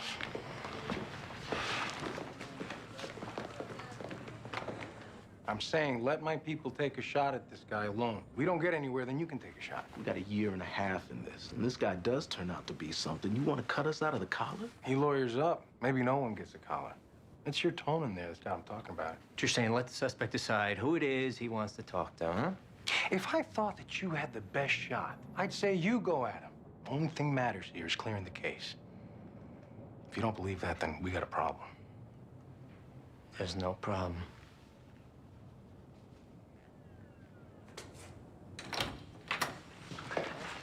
Shh. Don't say a word till you hear us out. We're gonna do you a favor. So you don't get a needle, we're gonna give you a chance to confess all your sins and show some remorse for raping and strangling those girls. Say what? I didn't kill no... Hear us out.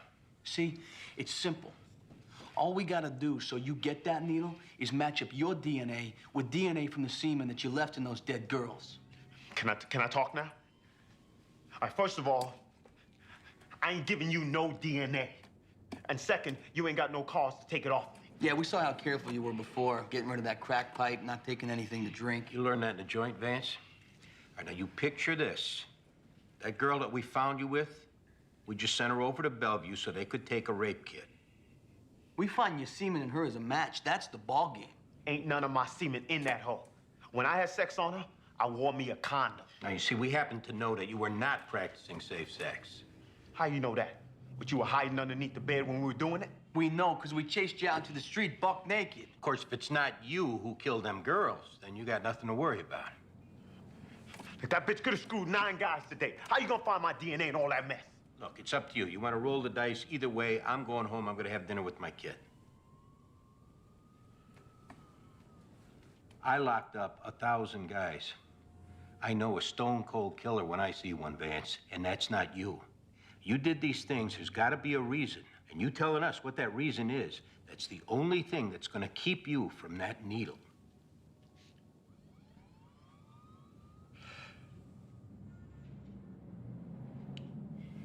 I'm 14. My sister Tanya come in my room, opens up her robe. She's buck naked. Sticks her tongue down my throat. How old is Tanya? 11. I know what she wants, so I give it to her. While we're in the middle, my mama come home with her mean, ugly boyfriend, Jelly Bean. They caught you.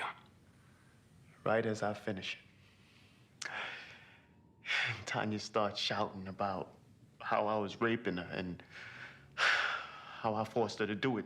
And Jelly Bean, he yanked me off her and he started beating the crap out of me. He kicked me in my balls. He said he was gonna beat my balls off so I don't do that nasty thing again. Then they called the cops, took me away to a boys' home. You know what that's like. You were a kid. When I smoke my crack, things come in my mind.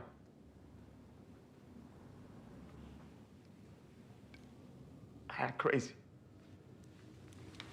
And, that's why you killed those women? That one last night. Did you, cover their heads? The pillowcase. Sometimes I turn them upside down. I can't look at them in the face.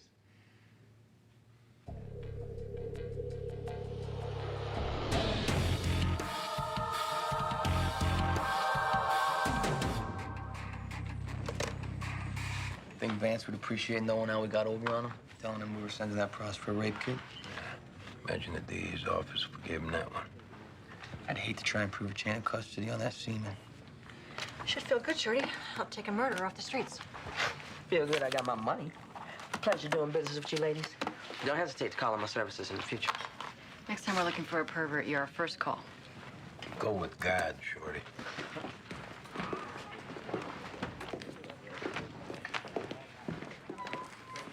I hear the chief of detectives already knows you made the collar. I notified Chief of D's. Had your men notify you. You called DCPI too? Get your name in the paper? Trying to make your bones?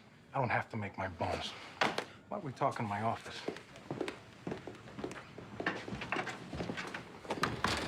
You come into my house with that attitude in front of my squad. My attitude? You get lucky this scumbag moves his act to your precinct, so now you clear the case and you're Dick Tracy? What's this about? Your balls are clearing 6 homicides and taking this guy off the street. We bent over backwards to be respectful to you and your men, as I'd hope you'd do for us. That's my men you kept out of the room while your guys cleared the case. That's your men who had the perp 5 seconds from lawyering up, else the case would never have been cleared. Why don't you handle this like a professional, like they pay us to be? Yeah. What's the point? Press is gonna want a walkout. Gonna cut us out of that, too? No. You guys can go with Sipowicz.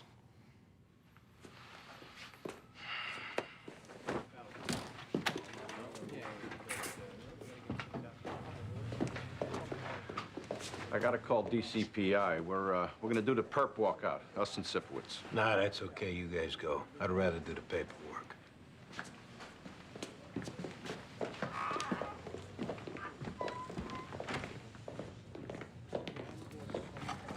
Let's get them cuffs off.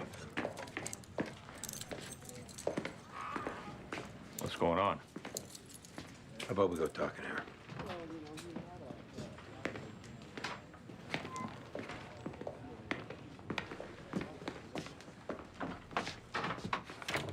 We made a collar on who killed your girl. Same guy strangled 4 women in Brooklyn. I appreciate you finding out who did this. Both of you. It's tough losing a kid. You got people to talk to? Don't worry about me. I can paddle my own canoe. I had a son got murdered, 24 years old. I wasn't there for him growing up either. We were just getting close when he died. You know how it feels. Maybe this is your chance. Turn your own life around. The only way you can do that is stop drinking. I tried to stop. Let me help you. I'm a drunk. Hasn't taken a drink in 4.5 years. Last time I took a drink was right after my son got murdered. Well, how can you help me? We'll go to a meeting together.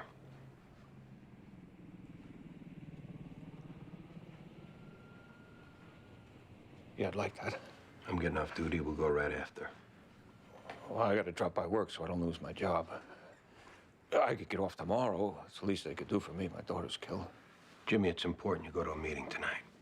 Yeah, but I can't lose my job. I'll call you tomorrow. You probably heard that before, but I swear, I'm gonna call you tomorrow. Sure.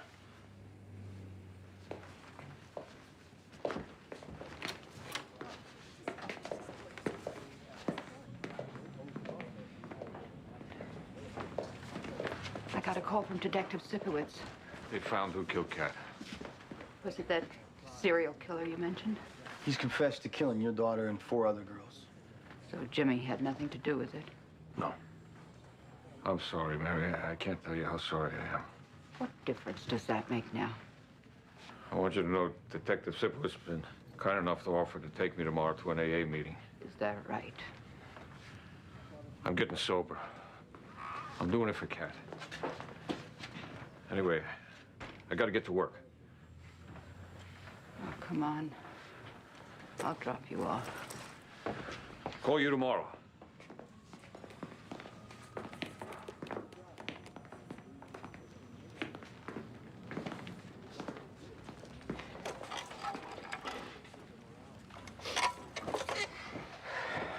Years ago, that could have been me.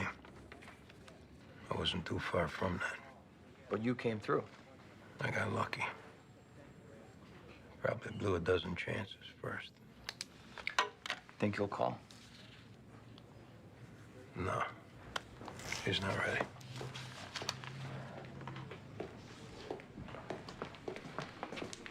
Good job today. Hey, thanks, boss. Right. Thanks for sticking up for us with them Brooklyn guys. Good night, John. Night, Lieutenant. Could be he's got balls.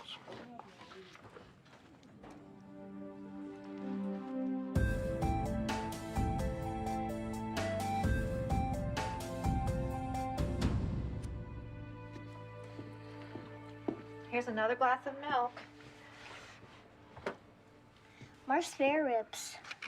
You ate all the spare ribs. There's nothing left but bean sprouts. No, thank you. Yeah, Daddy ate all the rest. I'm finished now. Can I watch TV? Did you clean up your toys? Katie and me did it. Okay, then you can watch TV. Till 2 commercials, then bed. You got school tomorrow.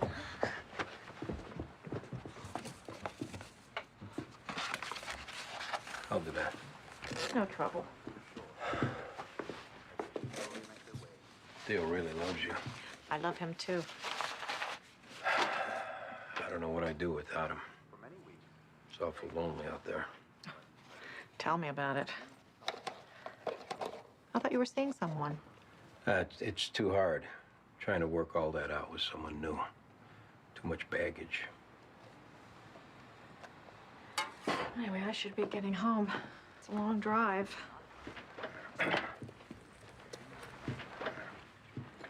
How about you spend the night? No, I can't.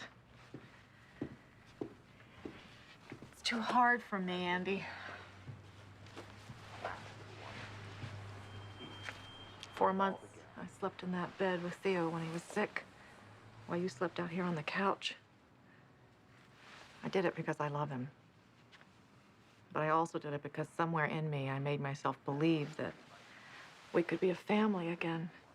A real family. You, me, and Theo. I guess I was waiting for you to realize it, too. And then when Theo was okay, you wanted to move on with your life, which you have every right in the world to do.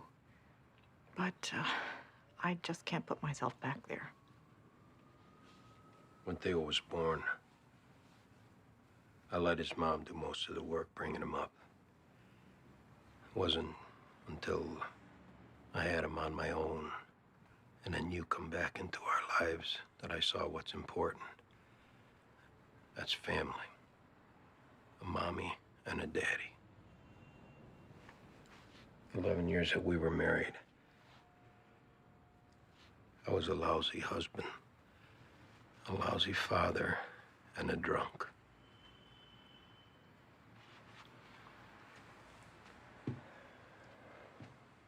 I'm not asking you to stay tonight. I'm asking you to stay.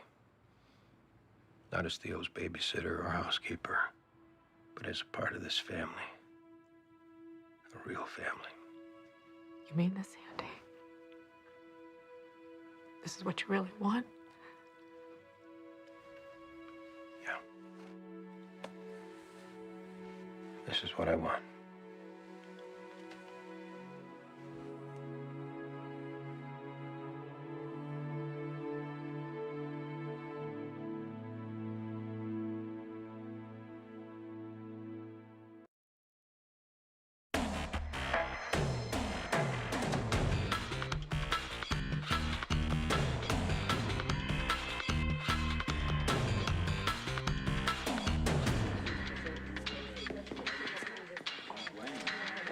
He pulled up, took about 2 steps, and collapsed. He couldn't breathe. Did he say anything? I'm a cop, and call my partner. Did he say anything about who did it? I'm a cop, call my partner. That's it. I've been telling him not to work so much. Is that what he was doing? Moonlighting. But we're okay with money, I keep telling him, but it's just work, work, work. Where was he moonlighting? I don't know, it changes. Okay. So you both worked the 4 to 12, and then you went to your second job? Right. What's the job? It's after-hours club down in the West Village. I run security. They serve booze, so if you don't have to put it down on paper, I'd appreciate it. You both work in Harlem? Right. And Mike lives where? Bay Ridge. So what was he doing over on the Lower East Side instead of going through the tunnel after leaving this club? Maybe taking one of the bridges to save the toll. Looks like the bullet went through the seat cushion. Crime scene's getting out of the floorboard. We found his gun and shield under the seat. Okay, we got him patched up. It looks like he's stable.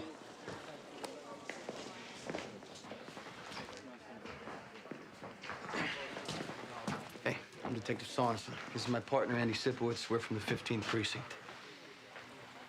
Tried the carjacking. Latino, 20s, shaved head. You return fire? Came right out of my blind spot. You always keep your gun and shield under the seat. I picked it up from one of my old partners. He'd stash it under the seat. He said, leave the job behind before you go home. What were you doing on the Lower East Side? There's this 24-hour diner I like over on 2nd Avenue. Is Burgess, my partner here? He's right outside. Tell him to come in, will you? Your wife's out there, too. She is? I'll bring her in. Anything else you want to tell us? I told you all I know.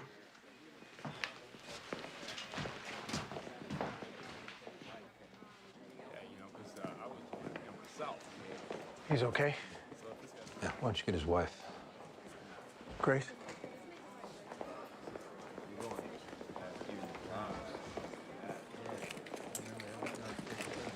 6 a.m. on the Lower East Side with his gun and shield under the seat. Maybe it was a stupid habit he picked up from his old partner. Yeah, that's it.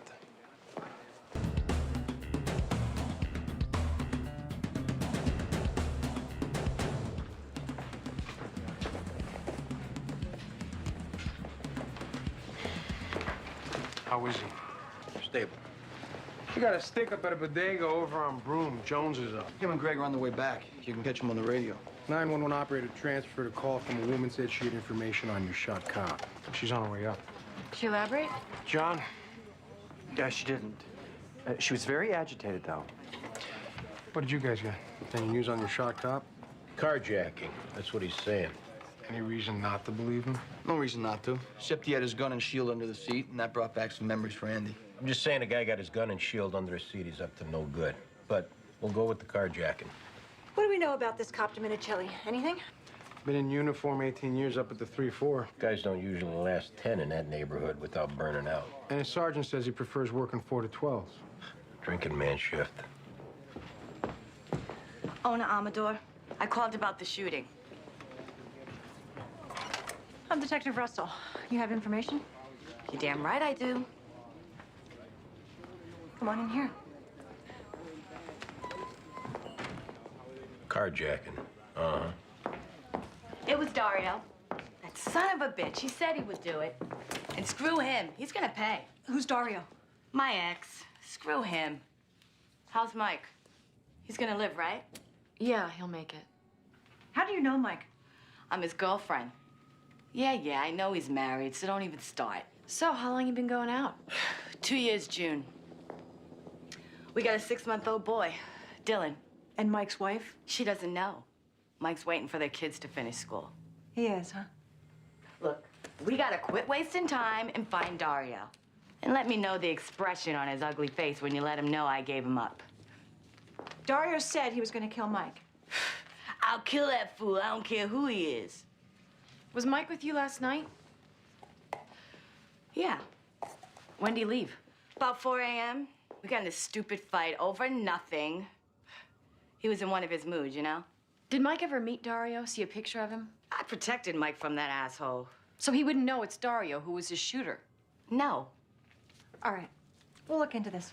I gotta see Mike. Is his wife still at the hospital? She sure is. Can you tell him to call me? We'll pass something along. Okay. Dario? Yeah, we got it.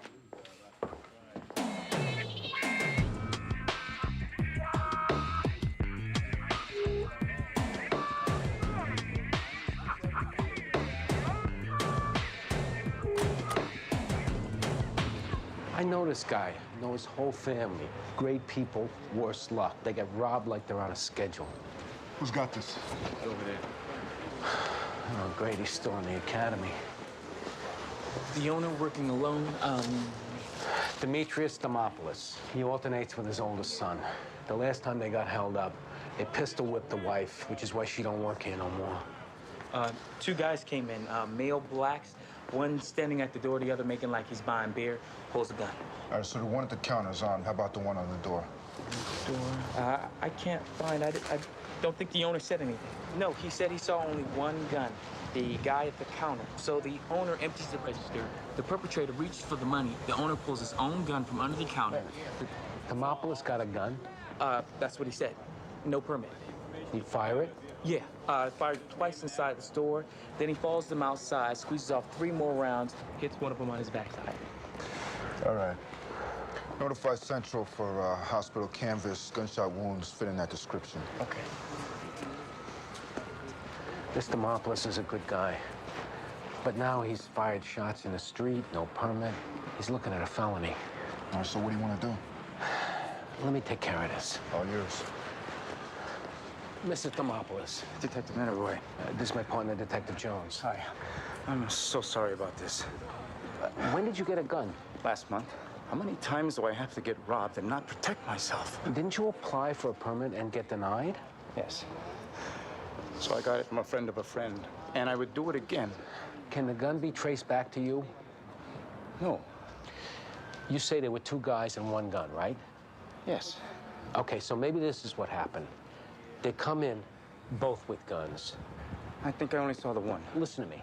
Maybe they both had guns. You lay out the cash. The one guy puts his gun down to grab up the money. You snatch his gun. Am I hearing you right? I got his gun off the counter. Wasn't mine. I never had one. Okay, then. Yeah, thanks.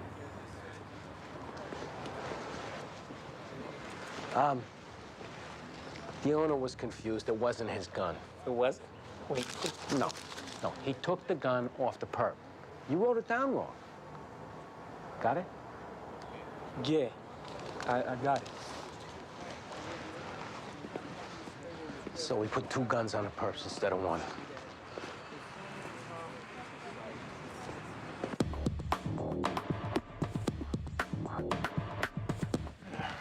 Mike's a lot better. Should be discharged tomorrow. Ona Amador. Okay. You know her? Yeah, maybe a little bit. Why? Have a seat, Lawrence. She's saying Mike was with her last night, which would conflict a little bit, him working security with you. What, she come forward or something? No, we broke out a Ouija board. So Mike wasn't with you? No. He was with her. You know about her ex, some Dario guy? I'll tell you what. Let me talk to Ona. Just to calm her down. No, I'll tell you what. Quit jerking us off. I'm not, guys. And look, I know this all looks a little weird. Well, Mike's a good guy, and he's been busting his ass up at the 3-4 for 18 years. So did Mike ever bring up his girlfriend's ex? How this guy had it out for him? He mentioned it. So it's a legit angle? Maybe. I don't know. Mike a big drinker? No. So chasing tails is vice? Look, this is gonna jam him up big time if it comes out about Ona. What, with the wife and kids, right? Cop shot put up 10 grand for information on this. If someone comes forward and they find out we got our heads in the sand, we all take a hit. I don't know about you, but I don't have any more hits to take. Okay. I got it. Anybody other than Dario jump out as a candidate? With Mike, you never know.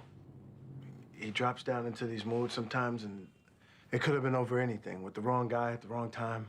I'm just glad he's alive. All right, listen. Don't be talking to your partner until you hear from us.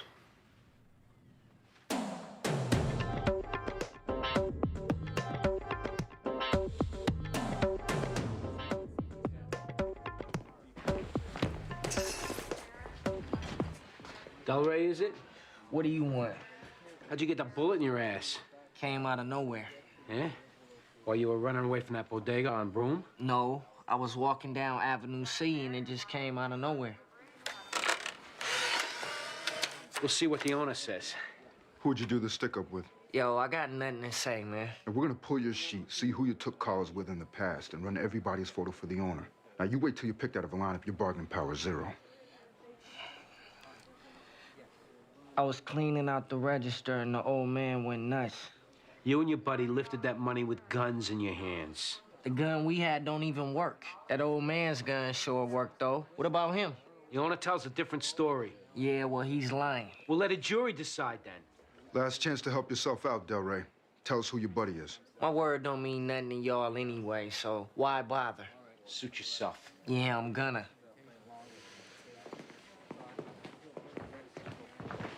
He's a caller.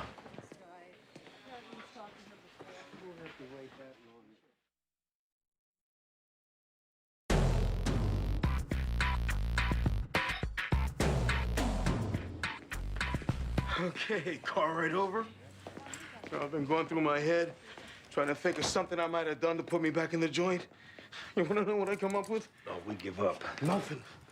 Not a damn thing. Because I swore when I got out last month, I played straight and I done that. I don't even jaywalk. That's not what we're hearing, Dario. All right, well, now go ahead. I'm ready. I want to hear what the hell people are saying. You know a cop named Mike Dominicelli? Not personally. I know he's boning my ex-old lady.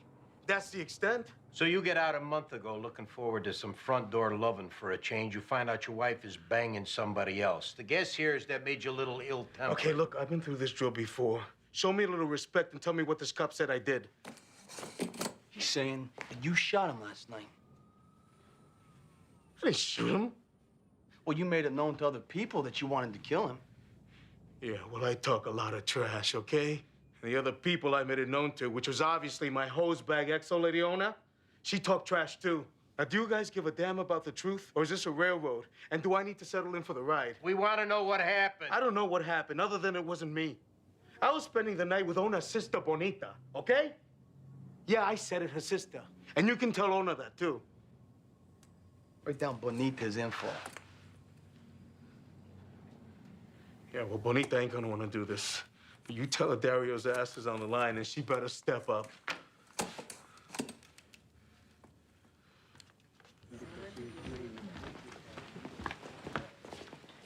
Counselor?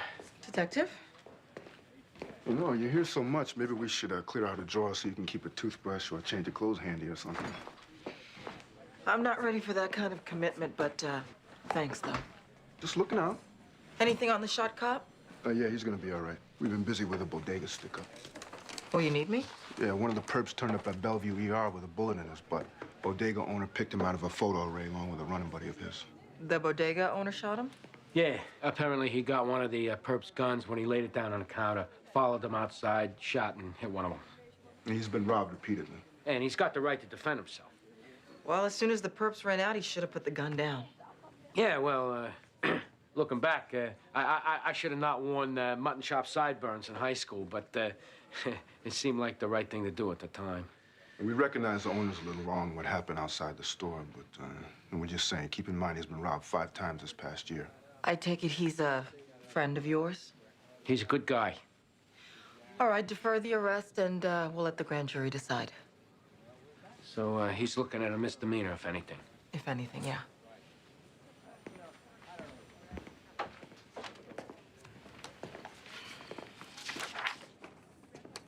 So we on for tonight? Yeah.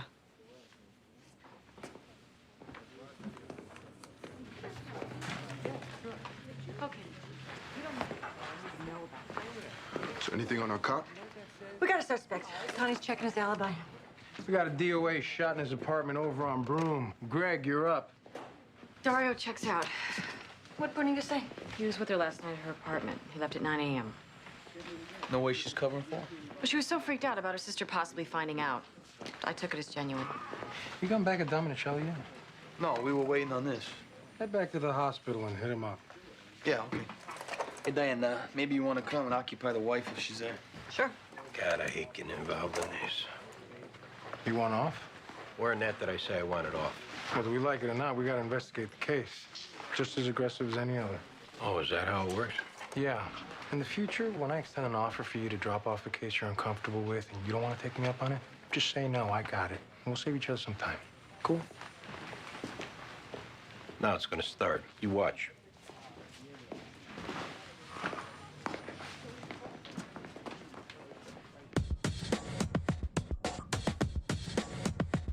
Where are the fronts? Well, he showed you 2 fronts out there. We're looking at a little bit of Mike. snow here as far south Hey. as, I guess, central Virginia, and even snow here in the Kentucky and into Tennessee.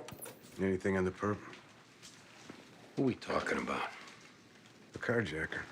Your girlfriend came forward. What? Just like I said, she figured it was her ex who shot you. But we looked into that and he alibied out. My wife went home, right? She ain't outside. Who knows about Ona? Just us. And we're keeping it that way, right? Because she's got nothing to do with me getting shot. Who does? I'm telling you, I got carjacked. Mike, you're a cop who got shot. They're putting together a task force because of it. There's rewards out. It's on the news. The sooner you tell us what happened, the sooner we quit wasting our time chasing lies and start spending it on damage control. I'm telling you, I don't know who shot me. All right, then at least tell us what you were doing on the Lower East Side at 6 a.m. with your damn gun and shield under the seat. Were you with the pros? She a regular? You know her? Joya. She black, Puerto Rican, what? Black. Junkie. Those days I don't see enough degradation up in the 3-4, stop by Joya. I hit my quota. And you don't know who came up and robbed you? This wasn't no Murphy game she ran. No. I know her. Is this containable? Or am I down the drain? We're gonna do what we can, all right?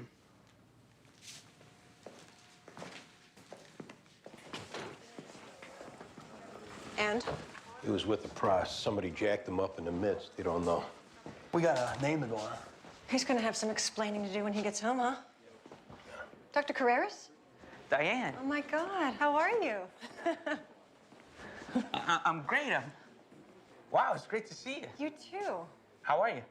I'm great, too. What a nice surprise. This is Danny Sorensen and Andy Sipowicz. This is Dr. Carreras. He was Bobby's doctor. And the only good thing I remember about being here. Yeah, we met. I remember. Hey, we'll get the car. Give me a minute, okay? See ya. So, things are good, huh? No complaints? You know, I always wanted to get in touch with you and tell you how much it meant to me, what you did, how you were there for us, because I don't know if I ever conveyed that. It's funny because I always wanted to call you too and check in, but No, I know. Time goes by and... well, it's great seeing you. You too. I gotta go. Absolutely. You know, maybe we should get coffee sometime or something. That'd be great. I'd love to. How about dinner? Yeah, how about tonight? It's a date. I don't mean a date. Do you have a card? Sure. Victor. Never even knew your first name. How embarrassing is that? Victor, yep. Good, I'll call you. Dinner tonight. That'd be great. I look forward to it. All right, I'll see you later then. Great.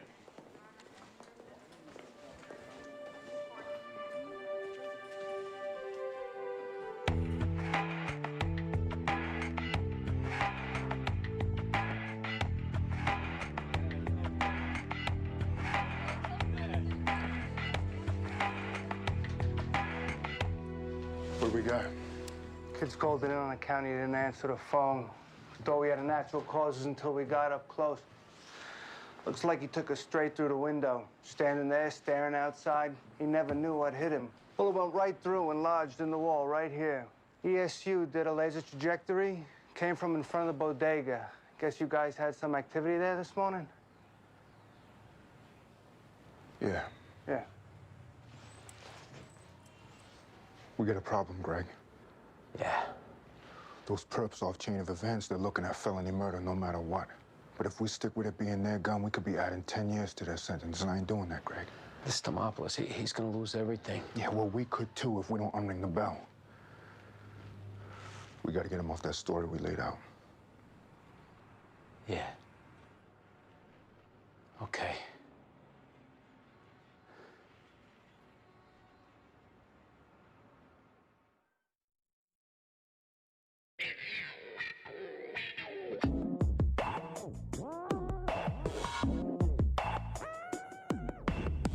Who shot your John this morning? I don't know. It was dark and it was quick, and plus I felt my life was in danger. She's loaded. We got to her right after tea time. Regular like that, you don't want to help the poor guy out. Wish I could. Would if I could. You know the reason this guy's making noise about getting shot with a prostitute, as opposed to any other guy who wouldn't report it out of embarrassment? Oh, hell no. 18 years serving this fine city. And you know what happens when a cop gets shot? All hell breaks loose. This is a cop, Joya. And life will become very difficult for you in the city if you don't help out. Polo. Puerto Rican named Polo. Deals beat bags in the village. Polo. You know Polo? I do. From the Bronx. I ripped off a dealer for a key a couple of years back. You can believe it. I'll go check and see if it's the same guy. If it is, we can get his picture. Is the Murphy game you two ran? No. Me and the John were doing our thing, and Polo run up, and the John reached for the gun, and boom. Write down everything about Polo, and you can stay here while we check it out. Now, me and Polo, we got a history, okay? We did run games on Johns before, but not this time.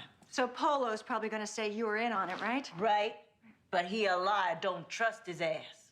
His gun, his finger, all him. Freak.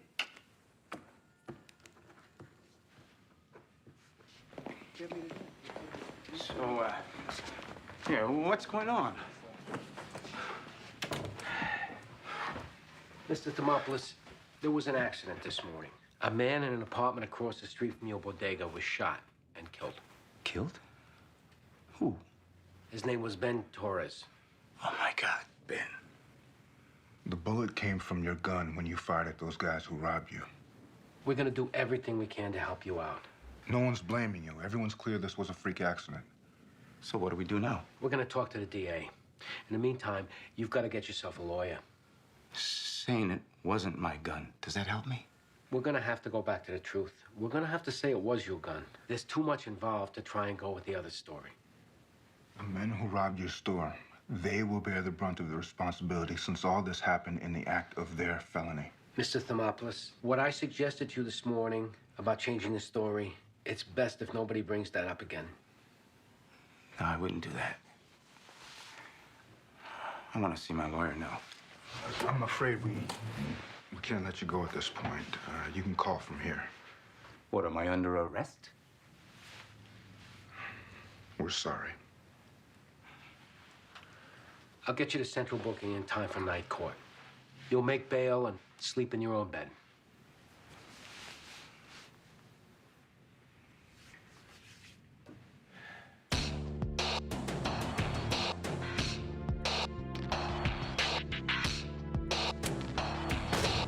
Get your hands up! Everybody, get down! You get down! Put your arms behind your back. Run! Got it. All right, let's go, Polo. I'm looking for my sister. These animals got hooked on drugs. We got a vigilante here. Move it, Polo.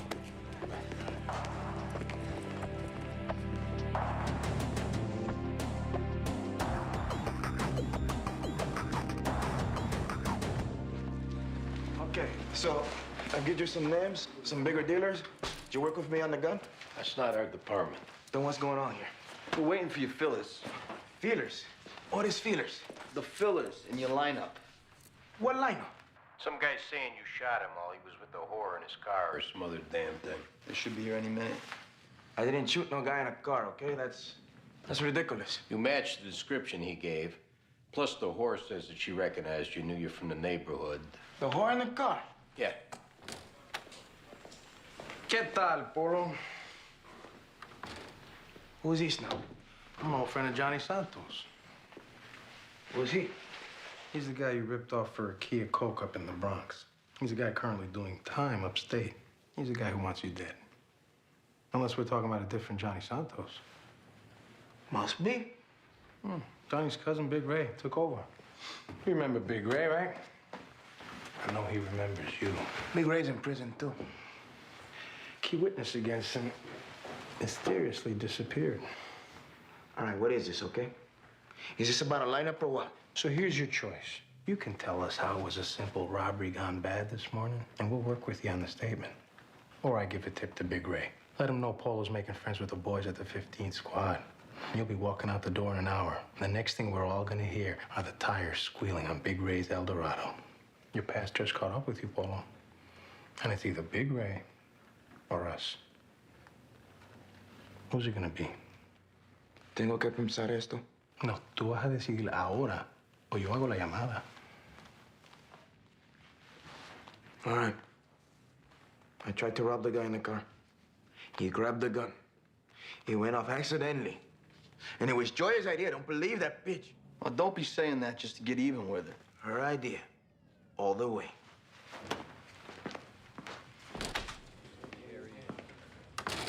Good choice, Polo. So? When did Big Ray get out? I don't know. I heard he did. Maybe I was wrong. I'll go double check. We need to get something straight. By all means. Enlighten me. Detectives work the cases. Lieutenants, good lieutenants, let their detectives work 'em. Is it all about turf with you or results? Because I need to know. It's about respect. But you don't seem to be showing me at all. Hey, if you miss the action, go back undercover in narcotics. Till then, you're a lieutenant. Ask around what they do if you don't believe me. I don't give a damn what everybody else does. I'm about results, and I saw an opportunity to get some. That was our interview, and we had it going where we wanted. We were going to drop the fact that Joya put it all on him and let Polo react. But then you had to come in on your white horse and show off your Espanol. I came in because I had a history with that guy. Yeah, I know you told us earlier, and you should have waited to see if we hit a dead end, at which point you wouldn't have had to come in, because we would have come to see you to ask for help. That's fair enough. All right, then. All right. We'll be heading back over to the hospital now, I guess, and we'll keep you posted. Please do.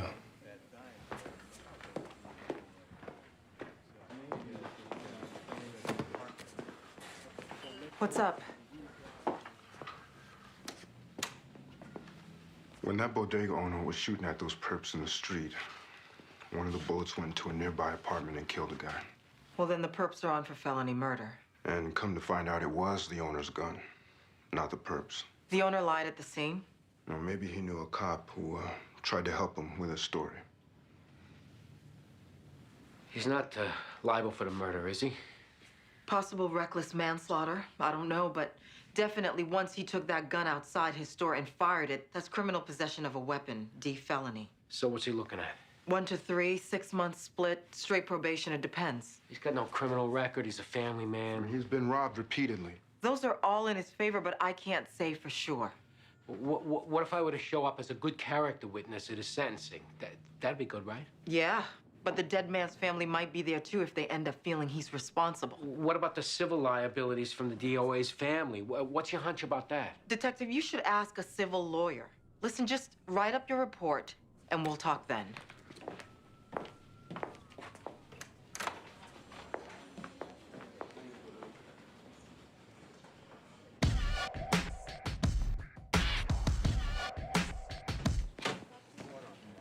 How's it going, Mike? What shook out? You find Joya? Yeah, we found her. What'd she look like in the daylight? Any better? She gave us the skull she ran the Murphy game with. So Joya did run a game on me. Yeah. You think you know somebody, right? Yeah. Go ahead. I got it coming. Those two, and you parked in the car with her, that's going in the 5s. We got no choice on that. Well, that's what I was waiting to hear. No, I heard it. Look, maybe you want to think about some story, how you were trying to turn around as an informant or something. Yeah, I'd slip that one by everybody, no problem. On the other hand, your girlfriend Ona and your kid with her, that ain't going in. Old job will know everything inside 24 hours. What do you got, 18 years? Maybe you vest out of the job and get a side gig until your pension kicks on your 20th. Maybe you beat the rumors to the punch and you sit down with your wife and your family and you come clean. Maybe together you get through this. He don't believe what he just said, does he? We came here to tell you the investigation wrapped and what's going in our 5s and what ain't. I want it known that I'm sorry for putting my family through this. You'll be all right, Mike. Hey, you could have got killed. Look at it that way. You're feeling overwhelmed right now, but it's not as big as you're making it. You're right. I'll be fine. I should just leave me alone so I can get some sleep.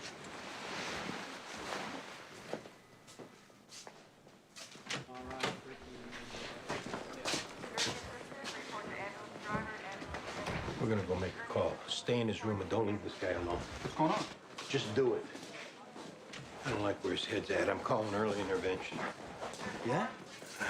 Things people are saying about him, what he just said in there. I don't give a damn. I'm calling. I've never done this before. He told me to come get you guys. He wants to talk to you again. Did I not just tell you to stay in his room? He didn't want me to announce it.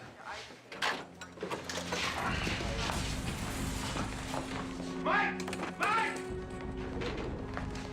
Oh, my God.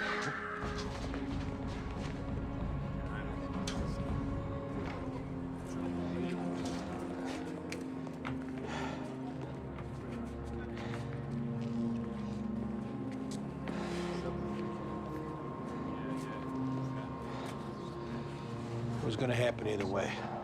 This isn't on you. Can we get him covered up here? Thanks.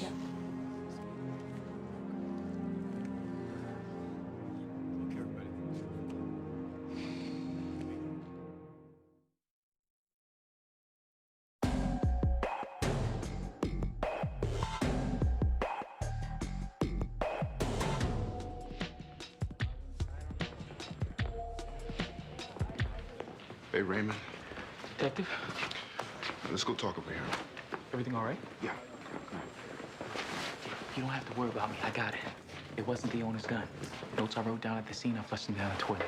Well, it's changed, because the shots the owner fired off in the street. One of them hit an apartment across the street and ended up killing somebody. Oh, man. So the story we helped the owner out with, well, that came back around and almost bit us in the ass. So we're going back to the truth, it being the owner's gun. Now, owner's clear on it. D is clear, everybody's clear. Now you're clear too. Yes, sir. I haven't told nobody nothing, and it'll stay that way.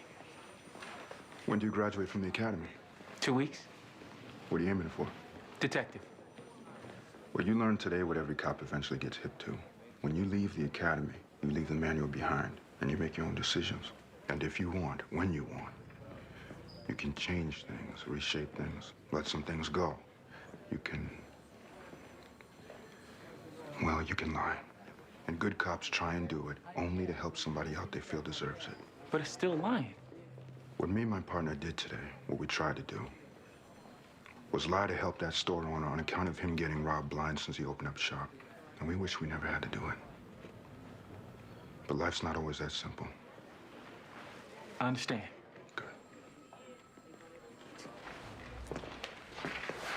I'm around. So you look me up if you need me, okay? I'll do that.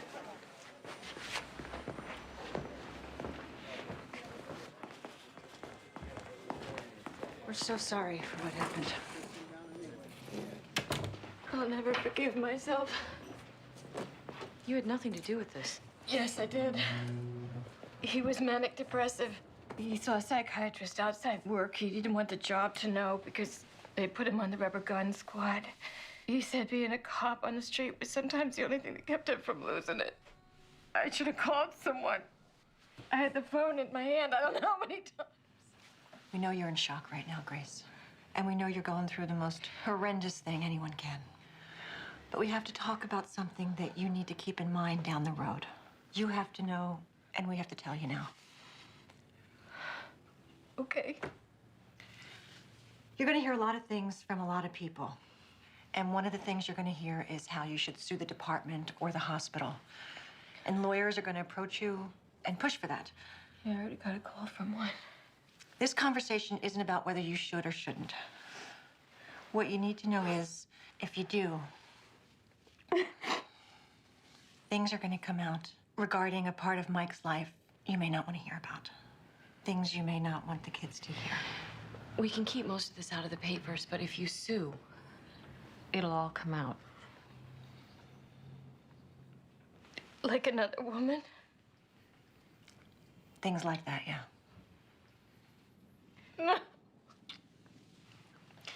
We had to tell you this so you don't get blindsided down the road.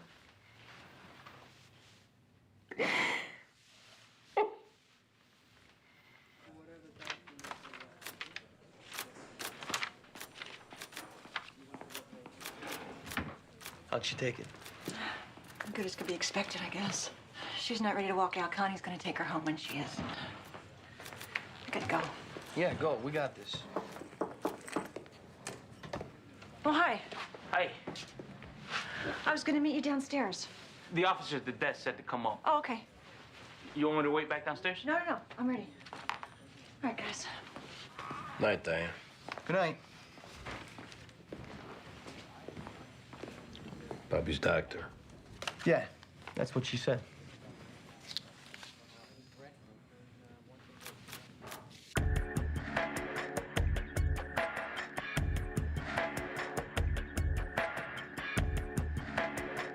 Listen, about today, you know Greg knew the owner, so if he was a little aggressive in pitching his case, well, that's why. Baldwin, as much as I don't like to talk about personal stuff at work, I'd rather not talk about work when we're out. Come on, I brought it up, what, maybe twice? The only way I can do this is if we make it its own separate thing. Inside info, rehashing cases, I can't do it because then I'll feel I'm compromising my job and it's too important to me. Obviously.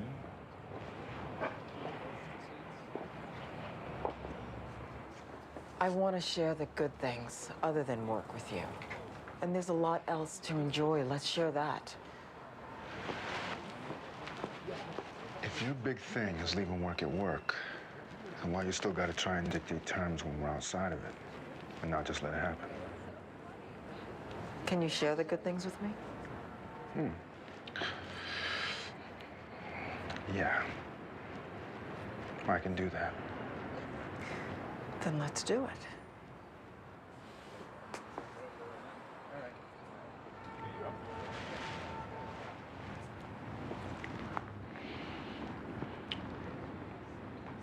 And no more terms.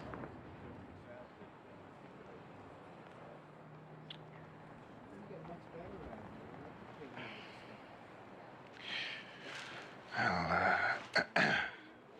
I better get going. Being a work night and all.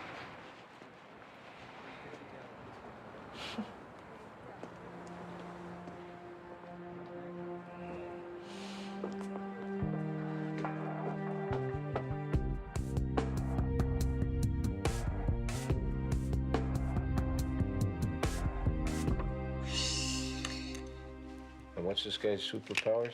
He can fly and be invisible. Yeah, huh? How about that one? I haven't decided yet.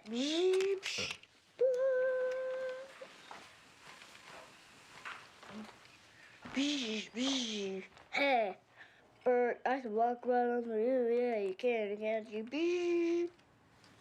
So, you like having Aunt Katie around more? I like when she's here. Yeah. I can't watch cartoons unless I do my reading first. That's good. That's discipline. You gotta have that, or else you watch cartoons all the time and your brain turns to mush. Cartoons don't make your brain turn to mush. But you like Aunt Katie being around. I miss her when she's not around.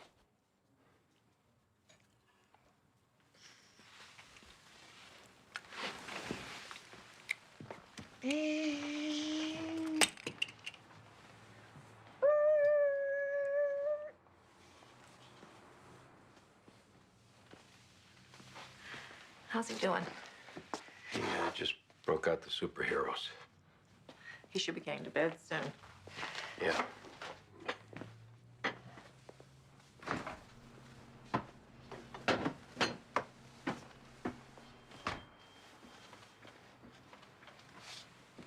So, do you want me to spend the night tonight? Maybe you should just move in. Just drop everything and move in? You're good for Theo. You're good for me. And we're good for you, right? Yes, of course. So move in. We'll make a family and we'll raise Theo right. And I'm what? Your girlfriend? Your roommate, but we share the same bed? No, I want you to be comfortable, whatever you need to be comfortable, because this would be your place too. Well, if I move in and we make a family, Andy, I want it to be official. I need that to be comfortable. Okay, we can do that. Do you mean it?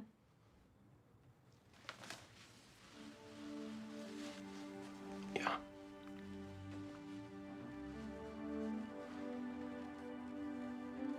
So we'd get married?